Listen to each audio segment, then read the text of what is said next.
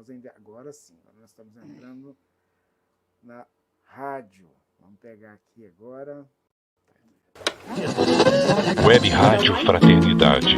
É a Web Rádio Fraternidade, a nossa ferramenta de paz, alcançando ruas, campos e cidades, com amizade, amor, muito mais.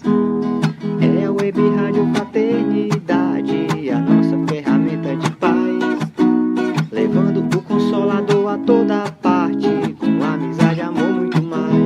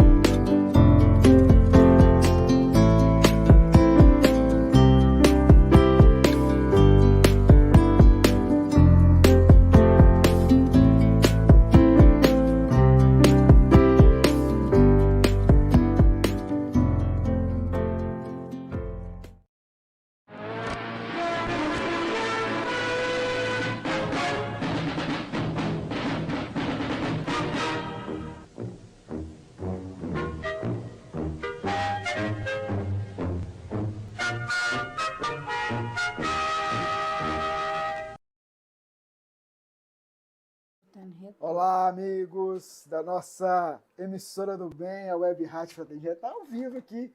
Tá vendo? Olha que legal. A Divina já está aparecendo ali. Né, Divina? Não, você não vai ter retorno, não, meu bem. É sem retorno. Mas eu posso ouvir aqui. Ah, pode, tá certo. Muito boa noite, Divina.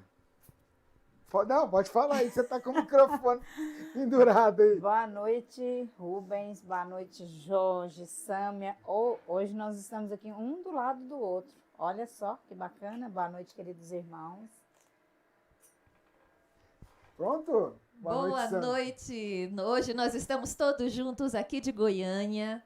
Estamos aqui e é uma emoção poder estar junto com Rubens e Divina. Então, novamente, boa noite para todos vocês. Boa noite, Elahá, aqui do meu lado. E eu quero dar uma boa noite especial para Lira Margarete, que nós conhecemos, uma nova amiga. Para o meu anjo da guarda, Kátia, e para todos os anjos que cuidaram da gente, que mimaram a gente aqui no Congresso. Que vocês juntinhos, que bacana. É bacana mesmo, gente. Muito prático. Boa noite, Divina! Meu Deus, a Divina está aqui do meu lado. Boa noite, Rubens! Boa noite, Sâmia! Boa noite, queridos companheiros, primeiramente de Goiás. Estamos aqui no 40º Congresso Espírita de Goiás, aqui na Casa da Lázara. Estamos aqui hoje para fazer o Pinga Fogo de número 197. Eu tinha até esquecido. E eu queria, então, primeiramente agradecer a todos os companheiros que estiveram conosco no nosso Congresso Espírita de Goiás. Já temos o congresso marcado para o ano que vem, no primeiro final de semana de abril do próximo ano. E quero, portanto, deixar um grande abraço da Web Rádio Fraternidade, a emissora do bem da internet, ajudando a construir um mundo melhor, hoje em Goiânia, capital de Goiás. A Web Rádio se transfere hoje para Goiânia. Eu tô rindo aqui porque a gente não pensou que ia fazer desse jeito, né? A gente pensou que ia fazer cada um num quarto de hotel, né? Fazendo Pinga Fogo. Mas que bom que deu certo. E a gente vai tentar fazer aqui. Mas a Sâmia sempre traz aqueles poemas maravilhosos pra gente, né? Mas antes da gente fazer esse momento poético, né, do Pinga Fogo, eu queria convidar todo mundo para a gente elevar o pensamento a Jesus e agradecer a Ele a dádiva de poder servir na sua seara. A gente sabe das limitações, mas dentro da gente, Senhor, nos move a vontade de trabalhar na tua seara, levar a tua mensagem esclarecedora e consoladora. E sob a tua proteção, sob o teu amparo, nós queremos começar a edição de número 197 do programa Pinga Fogo, neste 12 de fevereiro de 2024. Muito obrigado. A Sâmia está ali com a cópia do poema que ela vai trazer para a gente hoje. Só que antes da Sâmia falar, eu não quero que ninguém desconfie que está sendo ao vivo, né? Não vai dar, É ao vivo. não dá para ninguém desconfiar que é ao vivo, Ó, né? são 9 horas e 40 minutos, horário de Brasília. É isso mesmo. Muito Ao bom. vivo, ao vivo. Ao vivo e ao vivo mesmo, todo mundo Todo mundo do lado do outro. tá certo. Bem, como nós passamos 3 dias de sonho aqui no Congresso, nós vamos apresentar o poema Um Sonho a Realizar.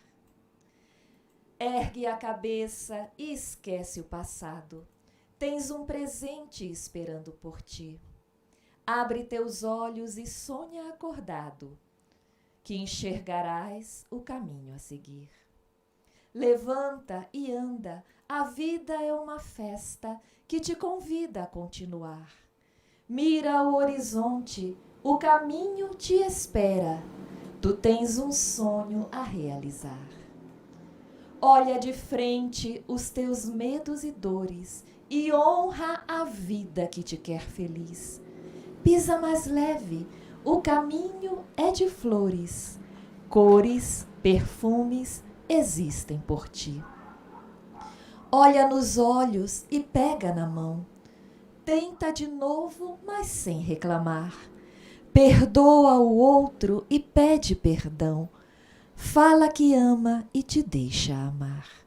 Na caminhada, te olha no espelho e acolhe o cara que olha para ti. Te põe no colo com os teus defeitos, que encontrarás o teu sonho, enfim. Muito obrigada. E aí, o que a gente pode falar mais sobre esse poema? Esse poema é um convite para que nós façamos as pazes conosco mesmo.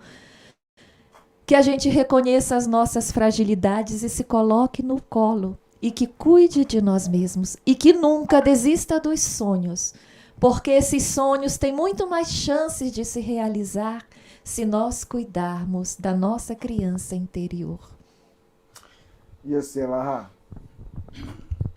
Eu acho que o que destaca do poema é exatamente a simplicidade de como a gente faz o bem. Nós temos muito a sensação de que para fazer o bem, nós precisamos fazer coisas grandiosas. E o poema vai nos mostrar que são coisas simples. Observar a vida que nos circunda, aproveitar as oportunidades que passam e fazer efetivamente as mudanças interiores em nós para um melhor trabalho íntimo nesse grande mecanismo de crescimento da vida. Então, dentro da leitura daquilo que o poema nos oferece, a grande lição que fica é: não pensemos que a gente precisa ser uma alma grandiosa para dizer que a gente está caminhando na direção da luz. Um pequeno passo que a gente dê já é um indicativo muito positivo do grande processo de sublimação das nossas almas que a gente precisa realizar. Muito bem, eu vou aproveitar vocês dois aqui para a gente seguir com o Pinga Fogo. E a primeira pergunta que a gente traz é de uma internauta. E ela, foi muito interessante essa pergunta, talvez muitos espíritas até já conheçam o seu significado, mas é interessante a gente ver porque a gente fala para um público que está chegando agora, para um público que está tendo os primeiros contatos. E a dúvida dela é a seguinte, olha, na visão espírita, qual a diferença entre a palavra espírito, escrita com a letra minúscula, e espírito, com a letra maiúscula? Jorge, tem diferença? Quando a gente vê na obra de Kardec, por exemplo, isso? Kardec, quando fez o Livro dos Espíritos, poderia ter até utilizado palavras diferentes para ficar menos complexo o entendimento desses conceitos, mas ele assim não fez.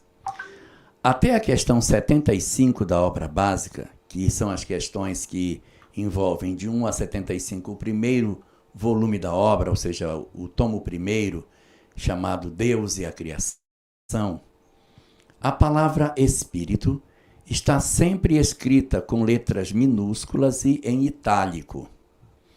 A partir da questão 76, que é a primeira pergunta da segunda parte, depois a terceira e a quarta, não aparece mais espírito com letra minúscula. Dali da 76 até o final da obra, as perguntas e as respostas terão sempre a palavra sem ser em itálico e com o E maiúsculo. Então eu perguntaria, qual é a diferença desses conceitos? Vê se arranja uma caneta aí para mim. Uma caneta com carga. Uma Não caneta tem. com carga. Não, essa não tem, serve. Não serve. Essa aqui é Era lá. mentira. Eu não trouxe. Eu tenho uma bem aqui, olha. Uma coincidência danada. Então é o seguinte, ó. A Sâmia Segura para mim, Sâmia. Olha só. Isto aqui é um ser humano, tá vendo? Uma caneta completa. Isso é um ser humano. Corpo, espírito e perispírito. Quando a gente desencarna, a gente deixa o corpo... Isso aqui é o corpo físico, que é duro, é rígido, é quase que inflexível. Se eu forçar muito, vai quebrar. Ele não é flexível. Isso aqui é o corpo físico. Então, isto aqui é o corpo. Quando a gente desencarna, nós deixamos o corpo vai se decompor. E vai sobrar o quê? Somente a carga da caneta. A carga da caneta, ela é mais flexível, ó, tá vendo? Ela é mais flexível. Por quê? Porque a carga da caneta é o espírito com letra minúscula em itálico, mais o perispírito. O que é o perispírito? O perispírito é como se fosse a carga da caneta. E a tinta da caneta é o espírito com letra minúscula em itálico. O espírito não tem forma, a tinta não tem forma. O espírito é onde está a inteligência, o pensamento, a vontade, o querer, a centelha divina que não tem forma. É a tinta da caneta, que é o mais importante da caneta, é isso aqui. Não é o corpo dela. Sem o corpo, a caneta escreve. A caneta caiu. Caneta caiu. Perdi. O espírito caiu. Então, o perispírito junto com a carga... Você tem que pôr o microfone para você. Aí, faça isso. Aí. O perispírito junto com a tinta, que seria o espírito, compõe um elemento chamado espírito com letra maiúscula. Então, de maneira mais prática, porque eu acho que está ficando até confuso. Espírito com letra minúscula é uma centelha, uma chama, não tem forma. É só o espírito criado à imagem e semelhança de Deus. É uma coisa sem forma alguma. Por isso que ele está na primeira parte da obra, que tem os elementos principais do universo. Deus, espírito e matéria. Esses são os três elementos.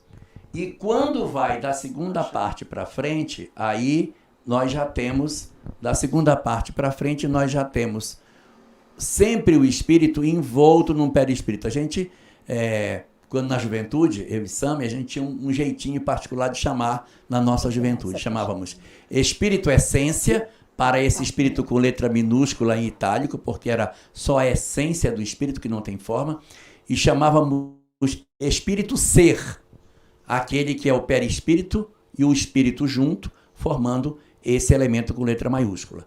Quando eu vejo a minha avó desencarnada, eu digo, eu vi minha avó desencarnada, eu vi o espírito com letra maiúscula. O espírito com letra minúscula, a gente tem dificuldade, porque ele é apenas a chama sem forma que está envolta, ele é a essência que está envolta pelo perispírito. Muito bem, a Divina já separou uma pergunta ali das mais de 4.000 perguntas. Você sabe da minha caneta. Grave mesmo a gente acha. Você Tá vai... bom. Tá? Tá bom. Deve estar perdido aí. Pode falar, Divina. É para os dois, viu? Então vamos Fala lá. um pouco, eu te falo outro pouco. Gostaria de saber qual é a consequência para uma jovem que tenta suicídio tomando muitos comprimidos para morrer, mas felizmente é socorrida a tempo. Quais as consequências desse ato no plano espiritual e também na próxima reencarnação? Ela não conseguiu, né? Ela tentou isso. Ela tentou e não conseguiu. Vamos lá, eu vou começar. Tá? Tá. O Questão 642 de O Livro dos Espíritos pergunta o seguinte: se o indivíduo é responsável somente pelo mal que ele faz, ou se o mal que é pensado e que não é feito, se tem responsabilidade também. E os espíritos dizem que aqui existem 3 situações. Primeiro, eu penso no mal e faço o mal. Essa é uma. A segunda, eu penso no mal, mas eu não realizo o mal porque eu decido não fazer. E a terceira é, eu penso no mal e não executo o mal porque eu não tive chance de realizar aquilo que eu queria. As responsabilidades são diferentes. No caso específico que a gente está colocando, de uma pessoa que tomou o remédio para se suicidar e não se suicidou, a grande pergunta é, qual a intenção dela? Porque se a responsabilidade do espírito é aquilo que repousa na consciência, ao ela fazer o ato e não ter obtido o resultado que ela queria, não significa dizer que ela não tivesse vontade de realmente executar aquilo que ela tinha vontade. Então, no interior do coração dessa criatura, o que repousa? Repousa a convicção do desejo da morte. Então, a lei de causa e efeito, ela mede por aquilo que está contido na consciência dela. Como ela não alcançou o resultado que ela queria, é possível que esse indivíduo, ao longo da existência, mude de ideia e diga, nossa, não podia ter feito isso, fiz uma bobagem, vou mudar. E essa pessoa se transforma no tempo que a existência lhe oferece. Então, se a pessoa se transforma no tempo que a existência lhe oferece, quando terminar a existência, ela não é mais a mesma pessoa que cometeu a tentativa de suicídio lá atrás. Então, isso aqui é complicado, porque a lei de causa e efeito, ela não mede o indivíduo pelo que ele fez. Ela mede o indivíduo por aquilo que ele é. Então, se eu fiz na adolescência uma tentativa de suicídio, que não obteve o resultado que eu estava almejando, mas eu me transformei durante a minha existência, agora, no final da minha existência, eu chego no mundo espiritual com uma visão diferente de mundo, então a lei de causa e efeito, ela me toma de maneira mais branda. Mas se eu tomei a decisão de me suicidar lá atrás, e porque eu tomei essa decisão, eu não consegui, e meus pais me internaram numa instituição onde eu não tive mais acesso a um instrumento para me suicidar. Eu não consegui mais, mas o desejo continua, a vontade continua. Eu não consegui, mas eu estou na mesma condição de desejo. Eu não alterei o meu padrão. Como é que a lei de causa e efeito vai me achar? Vai me achar com toda a potencialidade do desejo do suicídio. É claro que esse indivíduo não vai ter as responsabilidades na consciência de haver cortado o fio da vida, mas ele vai ter maiores responsabilizações pelo padrão mental que ele está. Agora, se ele tentou, não deu certo, e ele se transformou, a lei de causa e efeito vai alcançá-lo de maneira muito mais transformada e vai ser mais branda a maneira dele lidar com isso no futuro. A Sâmia, pode completar, mas eu tenho um comentário que chegou aqui pra gente, que diz assim também, que eu queria que você também pudesse falar alguma coisa, que é a nossa ouvinte dizendo, olha, minha sobrinha disse que não quer mais viver e que vai se matar. Ela colocou o nome dela aqui. O que fazer? O namorado não a quer mais. Até para completar um pouco disso que foi falado. O Kardec, quando fala sobre o suicídio, e que ele começa a falar a questão do suicídio, ele faz uma ressalva, à exceção daqueles provocados em situação de loucura ou embriaguez. Ou seja, ele chamava de loucura naquela época, que não tinha, né, os nomes técnicos que se tem hoje, aos nossos transtornos, às nossas neuroses, tá? A depressão, ao transtorno de ansiedade, enfim, psicoses, bipolaridade, principalmente uma depressão que costuma, né, ser uma das principais causas do suicídio. Então ele coloca que nesses casos E na embriaguez hoje também a gente pode considerar toda a questão da drogatização. Ou seja, as coisas que fazem com que as pessoas não estejam na sua consciência perfeita, elas são consideradas, segundo Kardec, suicídio indireto. Tá? Então, existe aí como se fosse amenizado. Muito bem. Mesmo assim, o problema que a pessoa levaria para o mundo espiritual, para além da questão da abreviação da própria vida, é a dor que ela traz na alma, a dor da depressão, a dor que levou à viciação. Tá? Agora, se nós perguntarmos qual é a consequência, né? E por coincidência me fizeram essa pergunta hoje. E a consequência no mundo espiritual é o acolhimento, gente. É o acolhimento. Não existe tabela para dizer, vamos ver aqui o que você fez e o que vai acontecer.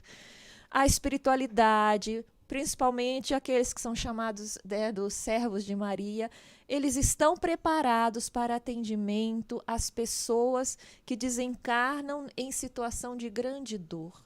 E uma pessoa que pensa em tirar a própria vida, ela quer tirar a própria dor e não consegue saber como. Então, ela prefere perder a consciência, parar de sentir para parar de sentir essa dor que possivelmente, com grandes chances, vem de causas muito antigas, tá?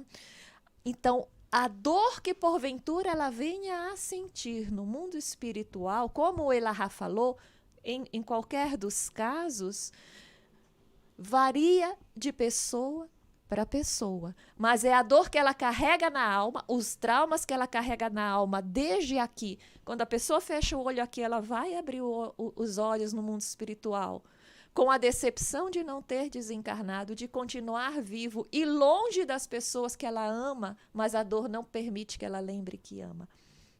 E vai trazer a dor pelo que fez com o próprio corpo físico. E vai descobrir que não pode virar as costas, que não tem nenhuma porta aberta para ela dizer, mãe, não quero mais, quero voltar para o seu colo.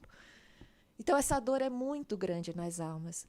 O trabalho todo é de acolhimento e aí o tratamento é longo, é de décadas. Muitas vezes precisa de alguns renascimentos para que recupere o equilíbrio, mas eles passam a ser acompanhados diariamente, esteja no plano espiritual, retorne para o plano material, tudo como tratamento até que se recuperem, tá? Então, a dor é a dor que a pessoa leva. A consciência de culpa é a consciência que a pessoa, é a dor que a pessoa carrega também. Eu queria fazer uma complementação no seguinte sentido. Às vezes a gente está passando por uma situação muito difícil. E eu entendo que a gente passa por situações muito complicadas, dramas familiares, abandonos, abusos, situações de desamor, que nem sempre a gente tem estrutura para lidar com isso. Então, quando a gente passa por uma situação desse tipo e a gente decide cortar o fio da vida, o que acontece como consequência disso? Nós damos uma sinalização para a lei de causa e efeito de que a gente é frágil para esse tipo de problema. Então, as obras espíritas... Silenciou meu microfone? Não, tudo certo. Tá tudo certo? Aí fica silenciado. Ah, tá. Tá tudo bem, né? Então, aí, quando essa pessoa chega no mundo espiritual, com as consequências que ela tem, ela vai perceber que ela foi frágil diante de uma determinada prova. Então, qual é a consequência futura? A prova que a pessoa não passou, ela volta. Então, olha como é complicado. Eu tinha uma história de desamor e eu me suicidei. Então eu retorno para uma próxima existência para viver a história de desamor que eu não suportei, agravado com as sequelas que eu trago para mim e com as sequelas que eu produzi no meu grupo familiar. Ou seja, nunca é vantagem o suicídio, nunca será. Por quê? Porque a interrupção da prova vai voltar. E aí eu dou o exemplo do Camilo Botelho, lá do livro Memórias de um Suicida.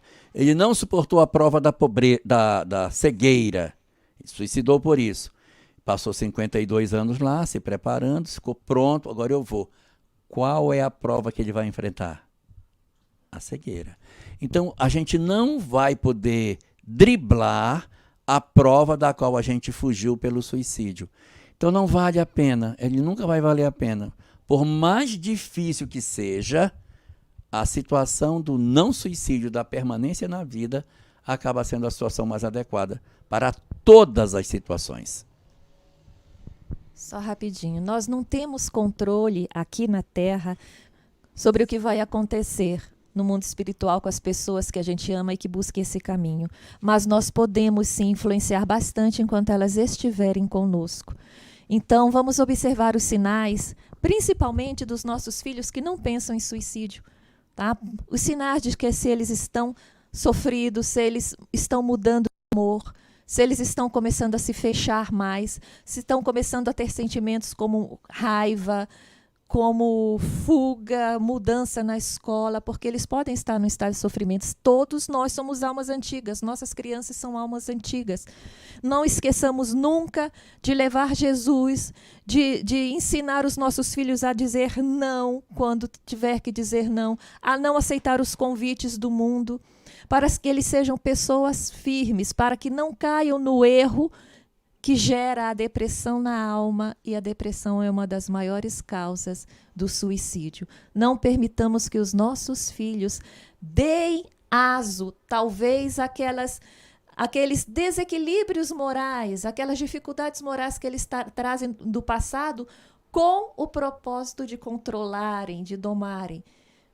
Cuidem disso, é o que mais a espiritualidade fala que os pais têm que fazer. Prestar atenção nas inclinações dos filhos para ir educando sem medo, sem achar que o menino vai ficar traumatizado. É amor e energia junto, porque assim nós vamos salvar os nossos filhos que estão soltos hoje e estão ficando doentes. E olha só que interessante, porque nós temos uma outra pergunta aqui que vai mais ou menos no sentido da nossa...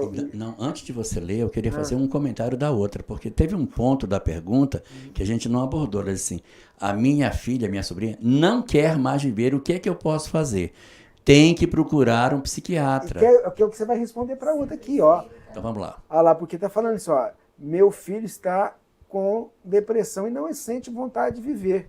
E nos foi revelado que tem um obsessor que não quer que ele se dê bem. Então vai completar aquilo que você tá puxando o gancho aí. Sim, sim, porque assim, as situações que levam à ideação suicida são situações muito graves em termos do adoecimento psicológico. Então a gente precisa tratar isso com o envolvimento não só de um psicólogo, mas de um psiquiatra também. Por quê? Porque precisa entrar com uma medicação emergencial para tirar a pessoa da crise.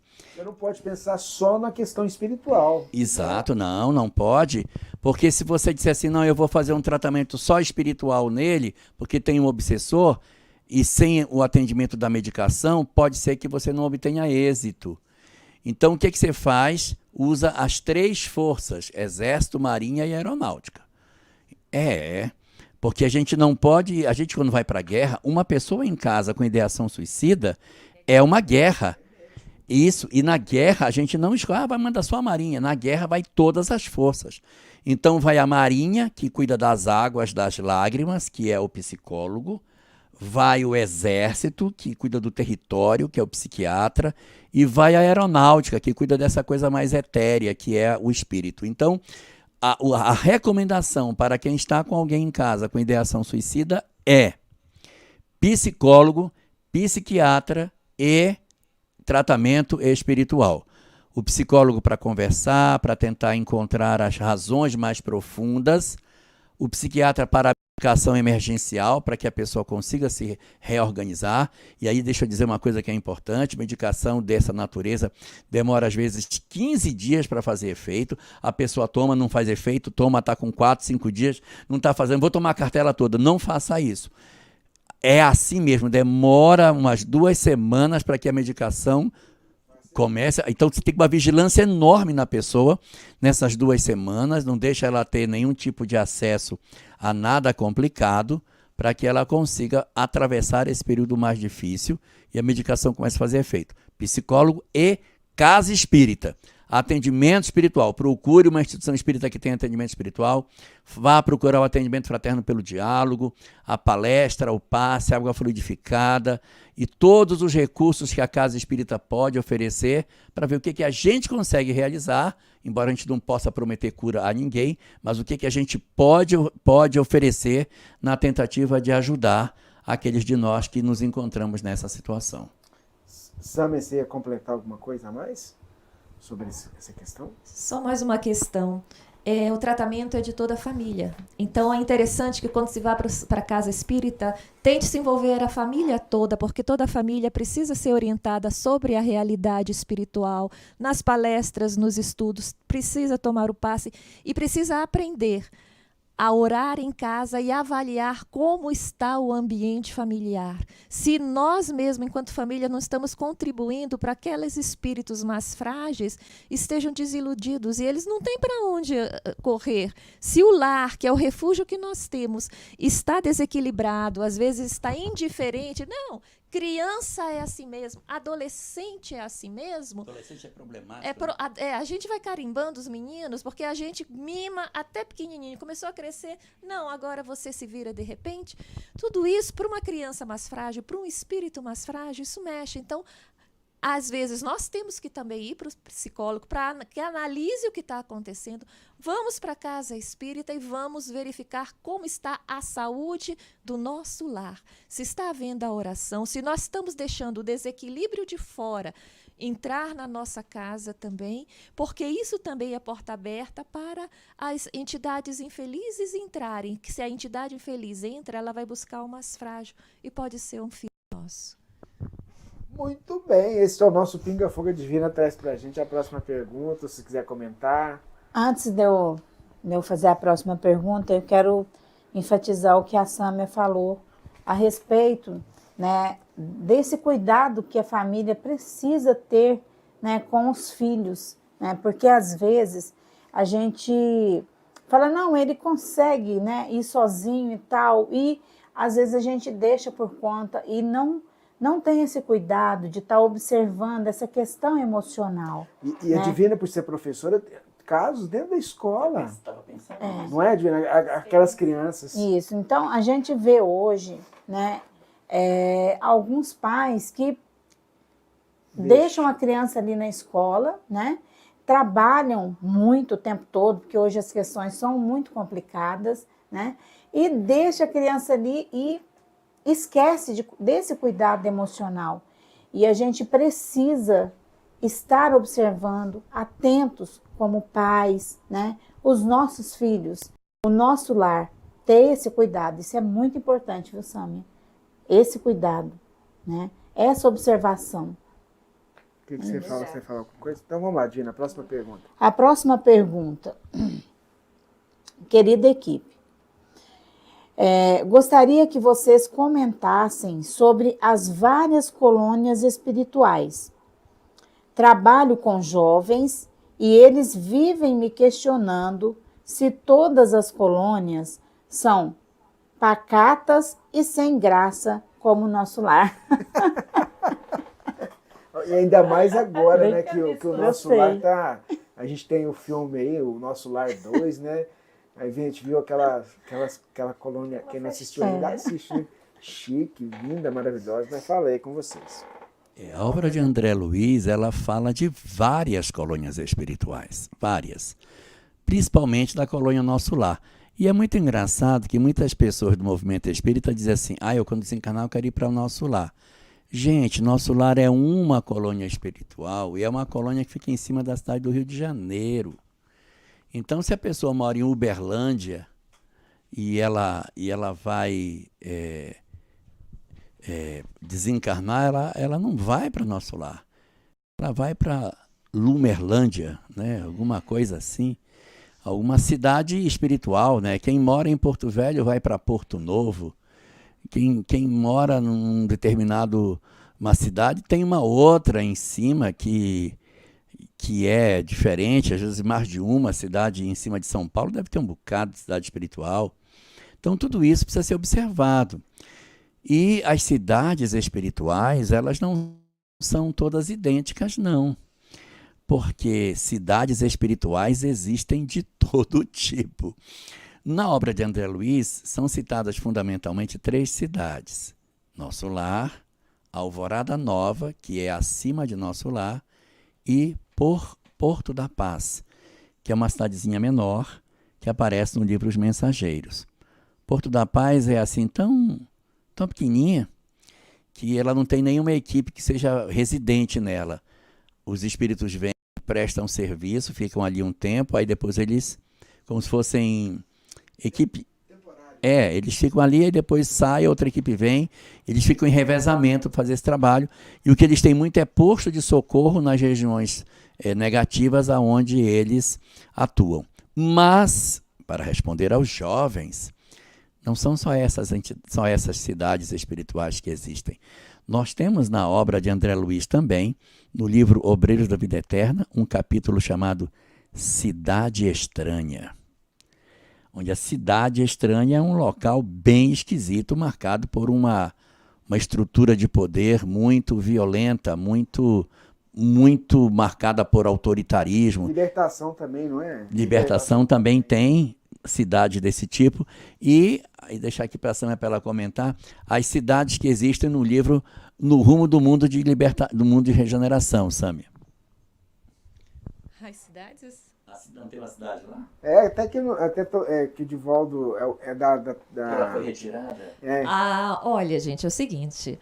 Tem cidade para todo gosto, assim como tem muito gosto aqui na Terra. Nós somos atraídos para as cidades que são semelhantes a nós, o que não significa que nós vamos ser felizes em qualquer ambiente para onde nós formos. Se nós buscamos uma alegria sadia, isso é muito bem-vindo no mundo espiritual. Existem jovens aos montes no mundo espiritual. E as pessoas idosas que desencarnam aos poucos, se tiverem a jovialidade no coração, o corpo espiritual vai rejuvenescendo lá, porque eles têm a jovialidade dentro de si. Então, a alegria, a amizade sadia, os encontros, os passeios, existem ambientes específicos para quem gosta das artes, das músicas, das letras, enfim, ambiente para todos os gostos. Agora, se a alegria que eu quero é a alegria do mundo, nós vamos encontrar também. Mas em cidades que, junto com a alegria desequilibrada, vem os outros desequilíbrios, vem o egoísmo, vem a exploração do outro. Então, é uma pseudo-felicidade, mas que traz dor. E temos aquelas cidades que são para onde são atraídas pessoas que vibram igual na tendência ao mal, sem arrependimento, sem piscar o olho. E elas vão para esses ambientes tristes, aonde lá elas acham que vão ser, entre aspas, felizes, porque vão ter poder, porque vão poder agir como agiam equivocadamente aqui na Terra. Tá? Que é o que o Elahá está falando do livro no Rumo do Mundo de Regeneração. Né? Mas a gente até convida a ler o livro, mas ambientes incrustados mesmo na Terra, né?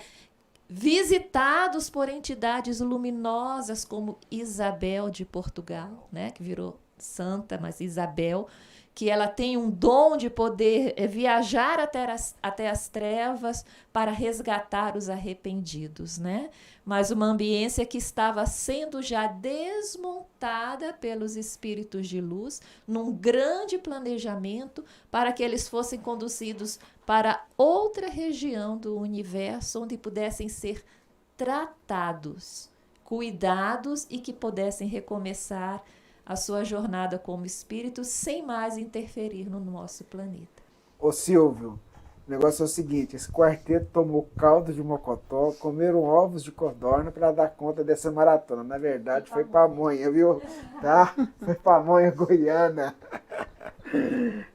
Vamos lá para a próxima pergunta, meus amigos. É a seguinte, o nosso internauta, como ficará a vida espiritual de um homem honrado, cheio de boas obras, mas que afirma categoricamente que Deus não existe?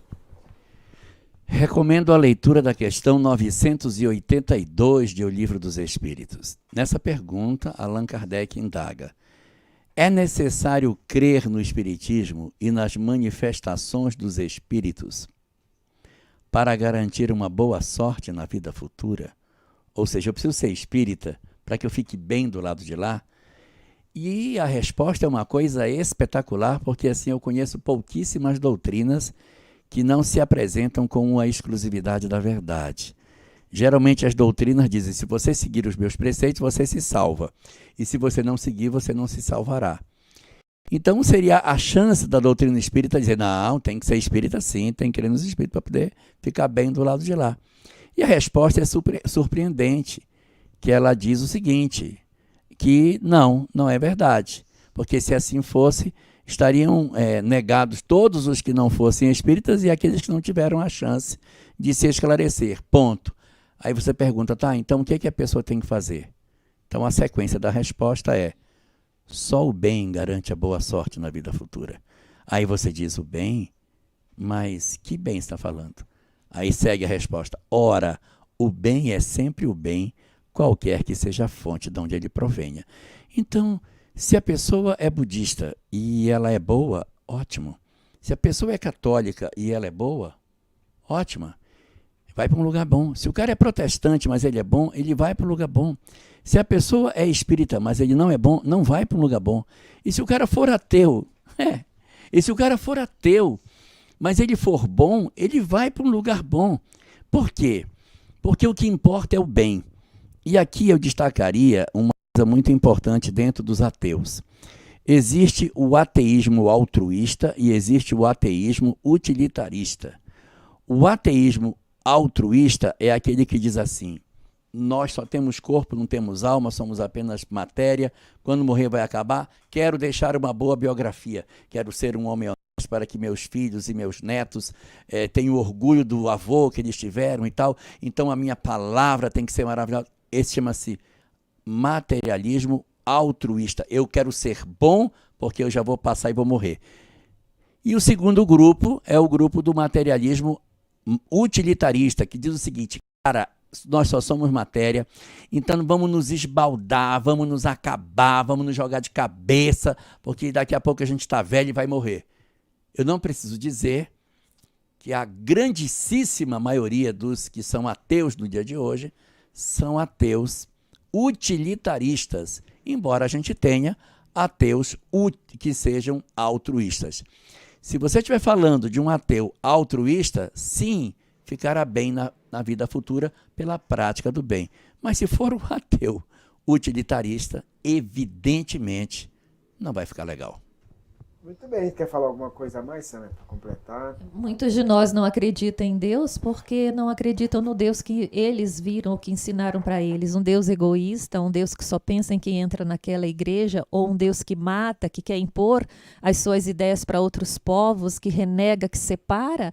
Às vezes é uma grandeza, essa pessoa diz, eu só conheci esse Deus que me apresentaram, eu não acredito em Deus. Ele está dizendo o seguinte, eu não acredito em nenhuma crença que separa, que se acha a única, que relega as outras, acaba sendo um ato de nobreza. E algumas vezes esse é o caso. Algumas vezes a pessoa tem o divino dentro de si. São pessoas que olham para a natureza e que sentem que existe algo além. Tem essa sensação do divino, mas não consegue materializar isso naquilo que foi apresentado para eles. Tem mais um detalhe. Existem muitas pessoas que hoje se apresentam como sendo avessos mais à religião e junto com isso a Deus, porque são perseguidos dos períodos anteriores da nossa história. Eles foram queimados em fogueiras, foram torturados, foram abandonados dentro dos calabouços. Essas almas guardam uma rejeição a tudo que foi espiritual, odeiam religião, odeiam sacerdote. Estão lá no mundo. Estão perseguindo Jesus. Exato. Por quê? Porque tem uma história de desamor com o próprio cristianismo. Então isso também tem que ser considerado. Como é que tem pessoas que já reencarnaram tantas vezes e não acreditam em Deus? Porque nas últimas existências podem ter sido profundamente violentados em nome da religião. Então isso também tem que ser considerado. São pessoas boas, mas avessas a tudo aquilo que seja relacionado com religiões. Muito bem, vamos seguindo com o Pinga Fogo, edição número 197, 12 de fevereiro de 2024. Divina, próxima pergunta. Antes eu queria comentar, né, sobre o que a Sam e o Jorge falou. Por exemplo, eu tenho um cunhado que ele é belga, né? E assim, ele tem uma extrema admiração pelo trabalho, né, da Web Rádio Fraternidade, um respeito muito grande, né, pelo Rubens, ama, né? Mas aí quando você chega e tipo assim, fala para ele, vai com Deus. Ele acha engraçado. Interessante. Né? Interessante, sabe, e tal. Mas a gente vê o quanto ele é uma pessoa boa. Íntegra, sabe? Honesta. É uma pessoa que quer o bem ali da família dele, sabe? Que cuida, né? Então, aí é o que a Sâmia falou. O que, por exemplo, ele traz no íntimo dele, né? O que ele vivenciou. Mas, para ter esse amor, né, dentro dele, é lógico que lá dentro existe esse Deus, né? Existe esse Criador de tudo. Ele ainda não entendeu, mas existe. Já, né? Foi no Congresso Espírita de Goiânia. No último ele só não foi porque não deu. Mas ele já foi... Porque ele está construindo. Ele já está sendo construído. Ele é assim, admira demais. Muito bom. Sabe, o trabalho. Vamos lá, Divina.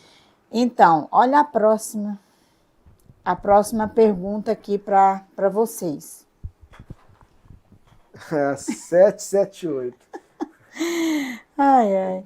O que vocês acham da comunicação com os espíritos desencarnados por aparelhos eletrônicos, a transcomunicação? Eu tinha que ter trazido do Isru, né? Nós estávamos com ele. Então, em O Livro dos Médiuns, Allan Kardec analisa uma série de formas, de expressões de mediunidade. Mas a transcomunicação instrumental, chamada TCI, não aparece no Livro dos Médiuns, porque nesse período a gente não tinha esse tipo de instrumentação. Anos depois da codificação kardeciana, nós começamos a ter esse tipo de manifestação, através da qual os espíritos, se utilizando de determinados instrumentos, que são eletrônicos, ondas de rádio, até ondas de televisão, conseguem mandar mensagens. E existem alguns companheiros que têm se dedicado a esse tipo de trabalho. Nós temos Sônia Rinaldi, que é uma das grandes expressões nessa direção. E isso, o que aponta é que hoje está tudo muito rudimentar ainda. Nossos instrumentos ainda não são aptos a realmente captar de maneira clara tudo isso, mas já existe um conjunto grande de registros, principalmente da parte de áudio, em que o pessoal coloca para pegar o ruído atmosférico e deixa ali durante dias aquele ruído, e de repente você volta e por um scanner você procura onde aparece algum tipo de voz e você deteta alguma comunicação na modulação do sinal de áudio com a presença de alguma coisa muito ruidosa, mas é possível perceber. O que se diz é que, no futuro, à medida que esse processo for melhorando, os processos de comunicação entre o mundo espiritual e o mundo corporal se tornarão mais aptos a serem eficazes, melhorando esse processo de comunicação. Então, a transcomunicação ela é vista como uma expressão de mediunidade, só que os nossos instrumentos ainda são imprecisos para esse trabalho. Isso é a primeira parte que eu queria dizer. A segunda parte que eu quero colocar é que a gente, por conta disso, não se abrace com todo tipo de manifestação que aparece antes de ter certeza que ela é uma comunicação mediúnica. Porque pode acontecer de um vazamento de frequência, de algum tipo de coisa que televisões que ligam e que aparecem e que podem ser motivadas por outras razões. Então, a gente precisa, como Kardec sempre orientava, retirar toda a possibilidade de fraude. Por quê? Se o fenômeno é verdadeiro, a gente não precisa se abraçar com o que tem dúvida. Se você tem dúvida, afasta. É melhor rejeitar 99 verdades que admitir uma mentira. Só fique com os fenômenos que você exaustivamente investigou e comprovou que aquilo de fato é de origem mediúnica, para não cairmos no fantástico, na crença desnecessária das coisas que pode lançar descrença sobre um trabalho tão interessante e justo que é o trabalho da comunicação instrumental. Quer falar alguma coisa, Sam? Então a próxima pergunta é muito boa. Eu até separei ela aqui. Ela foi trazida por um internauta que está acompanhando a gente aqui ao vivo, né? Ela já até passou. Mas olha, o trabalho que o Pinga Fogo proporciona, ele serve também para isso. A gente começou falando da questão do suicídio, a gente viu o quanto que isso vai trazendo, porque às vezes são situações do cotidiano. A nossa internauta escreveu assim, ó: tive muitas provações na vida. Fiz aborto, vivi em cárcere privado, fui abusada, tive filhos desse abuso.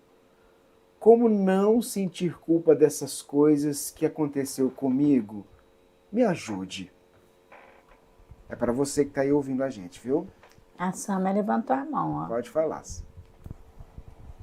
Nós entendemos você, né? E você não está sozinha nessa situação. Quando se passa por momentos muito difíceis, e muitas vezes, mesmo nós sendo vítimas, mas as circunstâncias acabam nos colocando como que nós fôssemos culpadas.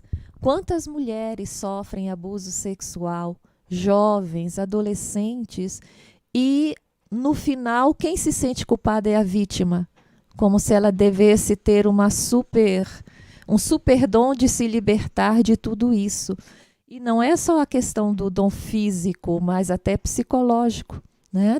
Da violência psicológica que é colocada e que às vezes a vítima não consegue se libertar. Como você falou, sofreu abuso e teve muitos filhos. Então, por mais você ficou nessa situação porque você não conseguia se libertar.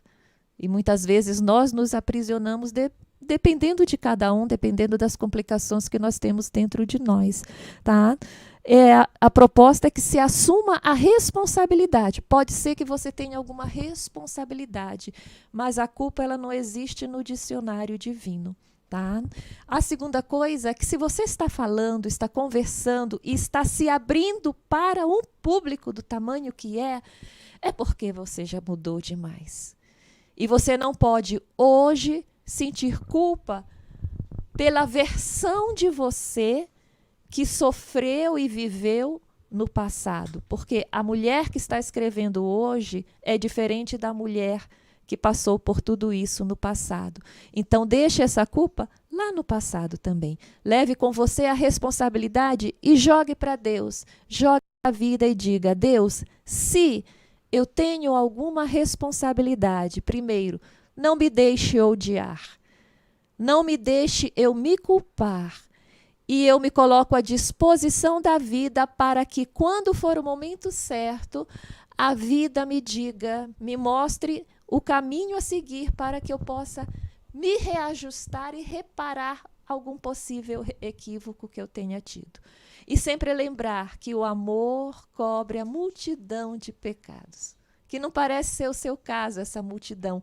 Mas se cobre a multidão, cobre um ou dois também. Então, viver amando, fazendo bem, sorrindo, abraçando, agradecendo. Quero dar uma contribuição na resposta no seguinte sentido. Pela história que você traz, você teria todos os motivos para querer desistir da vida.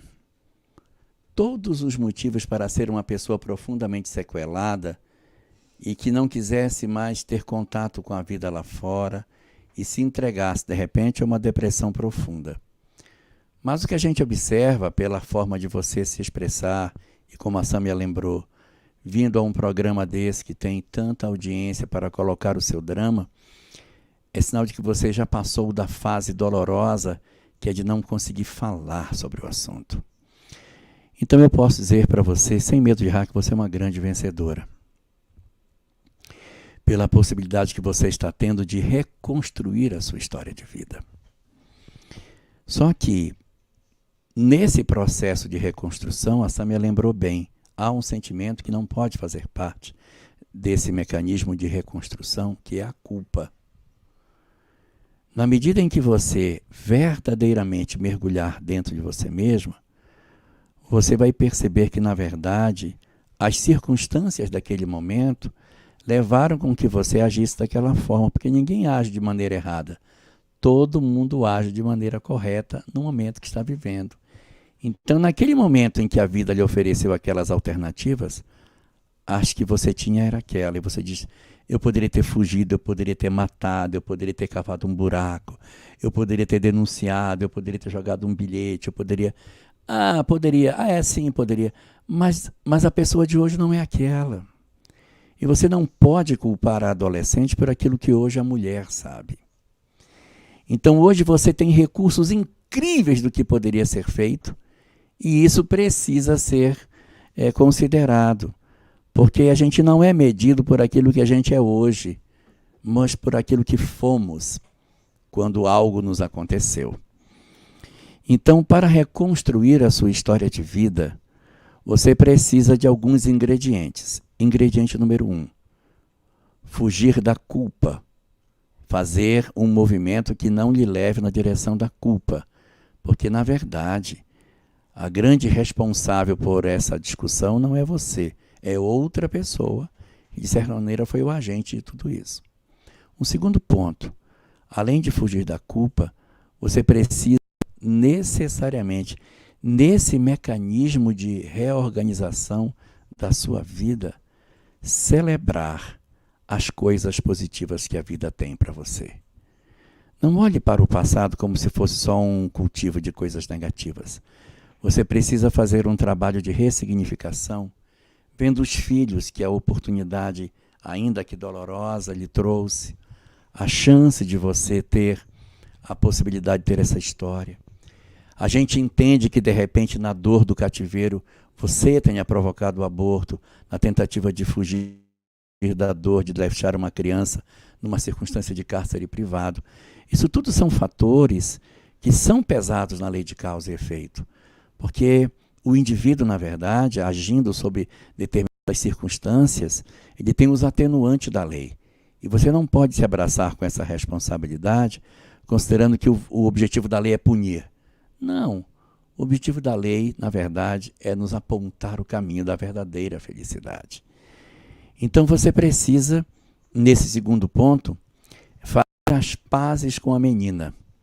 Você precisa sentar com essa adolescente e dizer para ela, eu entendo você, eu entendo as decisões que você tomou, eu entendo a sua falta de iniciativa de fugir, eu entendo as decisões equivocadas que você tomou na gestação, eu entendo, para que você pacifique o seu passado. Um terceiro ponto é a necessidade, você tem necessidade de um atendimento terapêutico. Você precisa de alguém para acolher você, para ouvir você, para poder retirar os nós que você pode ter em função de tudo isso. Existe um transtorno, que é o transtorno de estresse pós-traumático, em que a pessoa, mesmo depois de fim do cativeiro, acorda na noite sentindo como se estivesse lá. Precisa tratar o transtorno pós-traumático. Tem que ser trabalhado.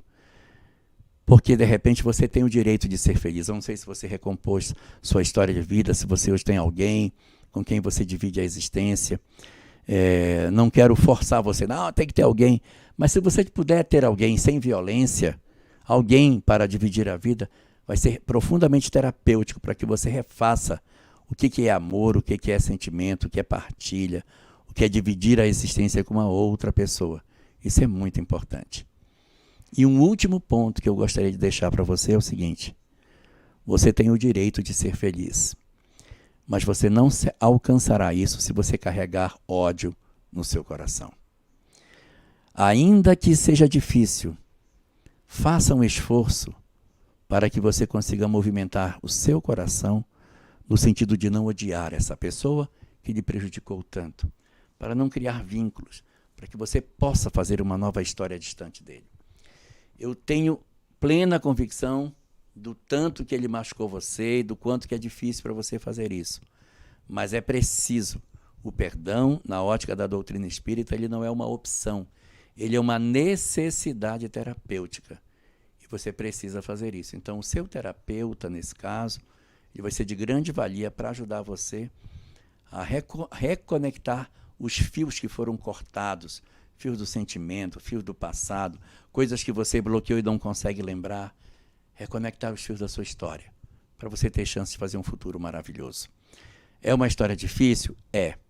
Mas, ao mesmo tempo, a gente precisa, obrigatoriamente, fazer as pazes com o bem, fazer as pazes com o amor, para que a gente siga e seja feliz. Muito bem, é o nosso Pinga Fogo, edição de número 197. Tá na mão aí, Divina? Tá. Gente, vocês estão vendo que ao vivo e as perguntas são escolhidas na hora. Vocês estão vendo aqui. Eu na dificuldade aqui com o tablet, que eu vou, o trem volta, eu pergunto o número pro Rubens de novo, que ele anota que eu falo, mas tá vendo, né? Antes de você fazer a pergunta, eu queria dizer que a gente está aqui na cidade de Goiânia, usando o quarto de trabalho Da Carla. da Carla, né? E da casa da Lázaro. E improvisados aqui, mas com muito carinho fazendo esse trabalho para você aí do outro lado. Depois de uma pamonha. O Jorge, quantas pamonhas? Não vamos contar, não. Né? Tinha muita gente, né? Mas era muita pamonha também. Quantas pamonhas você não conta, não? Quantas que você comeu? Mas ainda vou comer mais quando acabar. Pode falar, que você ia falar, Sam. Eu não sabia que pamonha era tão gostoso. Olha. Eu comi a minha vida toda achando que era pamonha. Pamonha é daqui. As outras tem que inventar outro nome, Olha, gente. que legal. Divina, faz a pergunta pra gente, vai. A pamonha goiana é assim, deliciosa. Viu? É a pamonha mais boa, realmente. Até eu que não gosto de pamonha de doce, adorei a que eu comi com a Divina hoje. Gente, antes de eu fazer a próxima pergunta, eu gostaria de falar uma frase que eu gosto muito de falar para esses nossos irmãos, né? Porque todos nós erramos nessa vida, né? Ninguém é perfeito. Todos nós estamos aqui para aprender, né? E tem uma frase que fala o seguinte: ninguém pode voltar atrás e fazer um novo começo, mas qualquer um pode recomeçar e fazer o novo fim. Não fala de quem que é, vamos ver se o pessoal descobre. Vamos deixar eles descobrirem. Né? Aí eu falo daqui a pouquinho. Tá bom. Daqui a pouquinho você fala. Tá bom. Gente, e olha que interessante o Pinga Fogo, né? Agora, a gente vai para uma questão muito íntima, né? Que muitos dos nossos irmãos podem passar por isso daqui ou, né, algo parecido. Por isso que essas respostas tocam tanto os nossos irmãos. Já responderam aqui, ó, Chico Xavier. Tá vendo, né? Eu ia dizer que começa com a letra P, de Públio Lentulus. Tá bom. Você tá ia certo. falar? Tá certo. Tá bom, sob inspiração, né? Isso.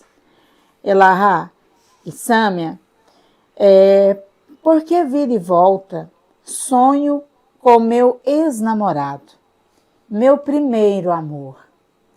Não consigo esquecê-lo. Sonho toda semana com ele. O que acontece? Bom, primeiro depende do tempo que esse primeiro amor esteve na nossa vida. Porque se ele é um namorado que, digamos assim, a gente terminou há breve tempo e ele foi uma pessoa que conviveu conosco há alguns anos, é razoável que a gente sonhe com ele. Então, por exemplo, você teve um namorado durante 3, 5 anos e terminou tem 2 meses. Então, você sonha com ele. É mais do que razoável em função de toda uma história vivida. A coisa se torna diferente quando você teve um namorado lá atrás, na adolescência, já está 20 anos depois, e sonha com essa pessoa que fez parte da sua história lá atrás. Eu vou considerar a segunda hipótese, porque a primeira é muito tranquila da gente entender o porquê. Vamos trabalhar a segunda. Eu tive um relacionamento com alguém lá atrás e essa pessoa visita o meu pensamento. O que pode ser? Hipótese número 1. Essa pessoa, ela não é necessariamente da minha história espiritual. Não pertence, de repente, à minha história. Não tem vínculo espiritual comigo. Mas eu criei uma imagem de perfeição naquilo que eu vivi. Eu criei um sentimento como se o outro fosse a expressão da virtude. Então, atualmente, quando eu me encontro na condição de vida adulta e eu tento evocar dentro de mim uma imagem de alguém que possa representar aquilo de positivo, esse meu primeiro namorado aparece e talvez ele nem fosse tão virtuoso. Mas o meu pensamento de juventude, os meus sonhos, a minha forma ainda ingênua de ver a vida, criou dentro de mim, dentro do meu psiquismo, a imagem de que ele é a representação da perfeição. Então eu fico lembrando dele como se ele fosse a expressão do perfeito. E ele volta no meu pensamento porque ele tem uma representação no meu ideário de que ele é algo espetacular, embora ele nem seja, mas eu não tinha nem condição de apreciar. É como, por exemplo, a gente, às vezes, quando está na idade adulta, diz assim, preciso voltar para a casa dos meus pais, porque na casa do meu pai era tão legal, a minha mãe cuidava de mim.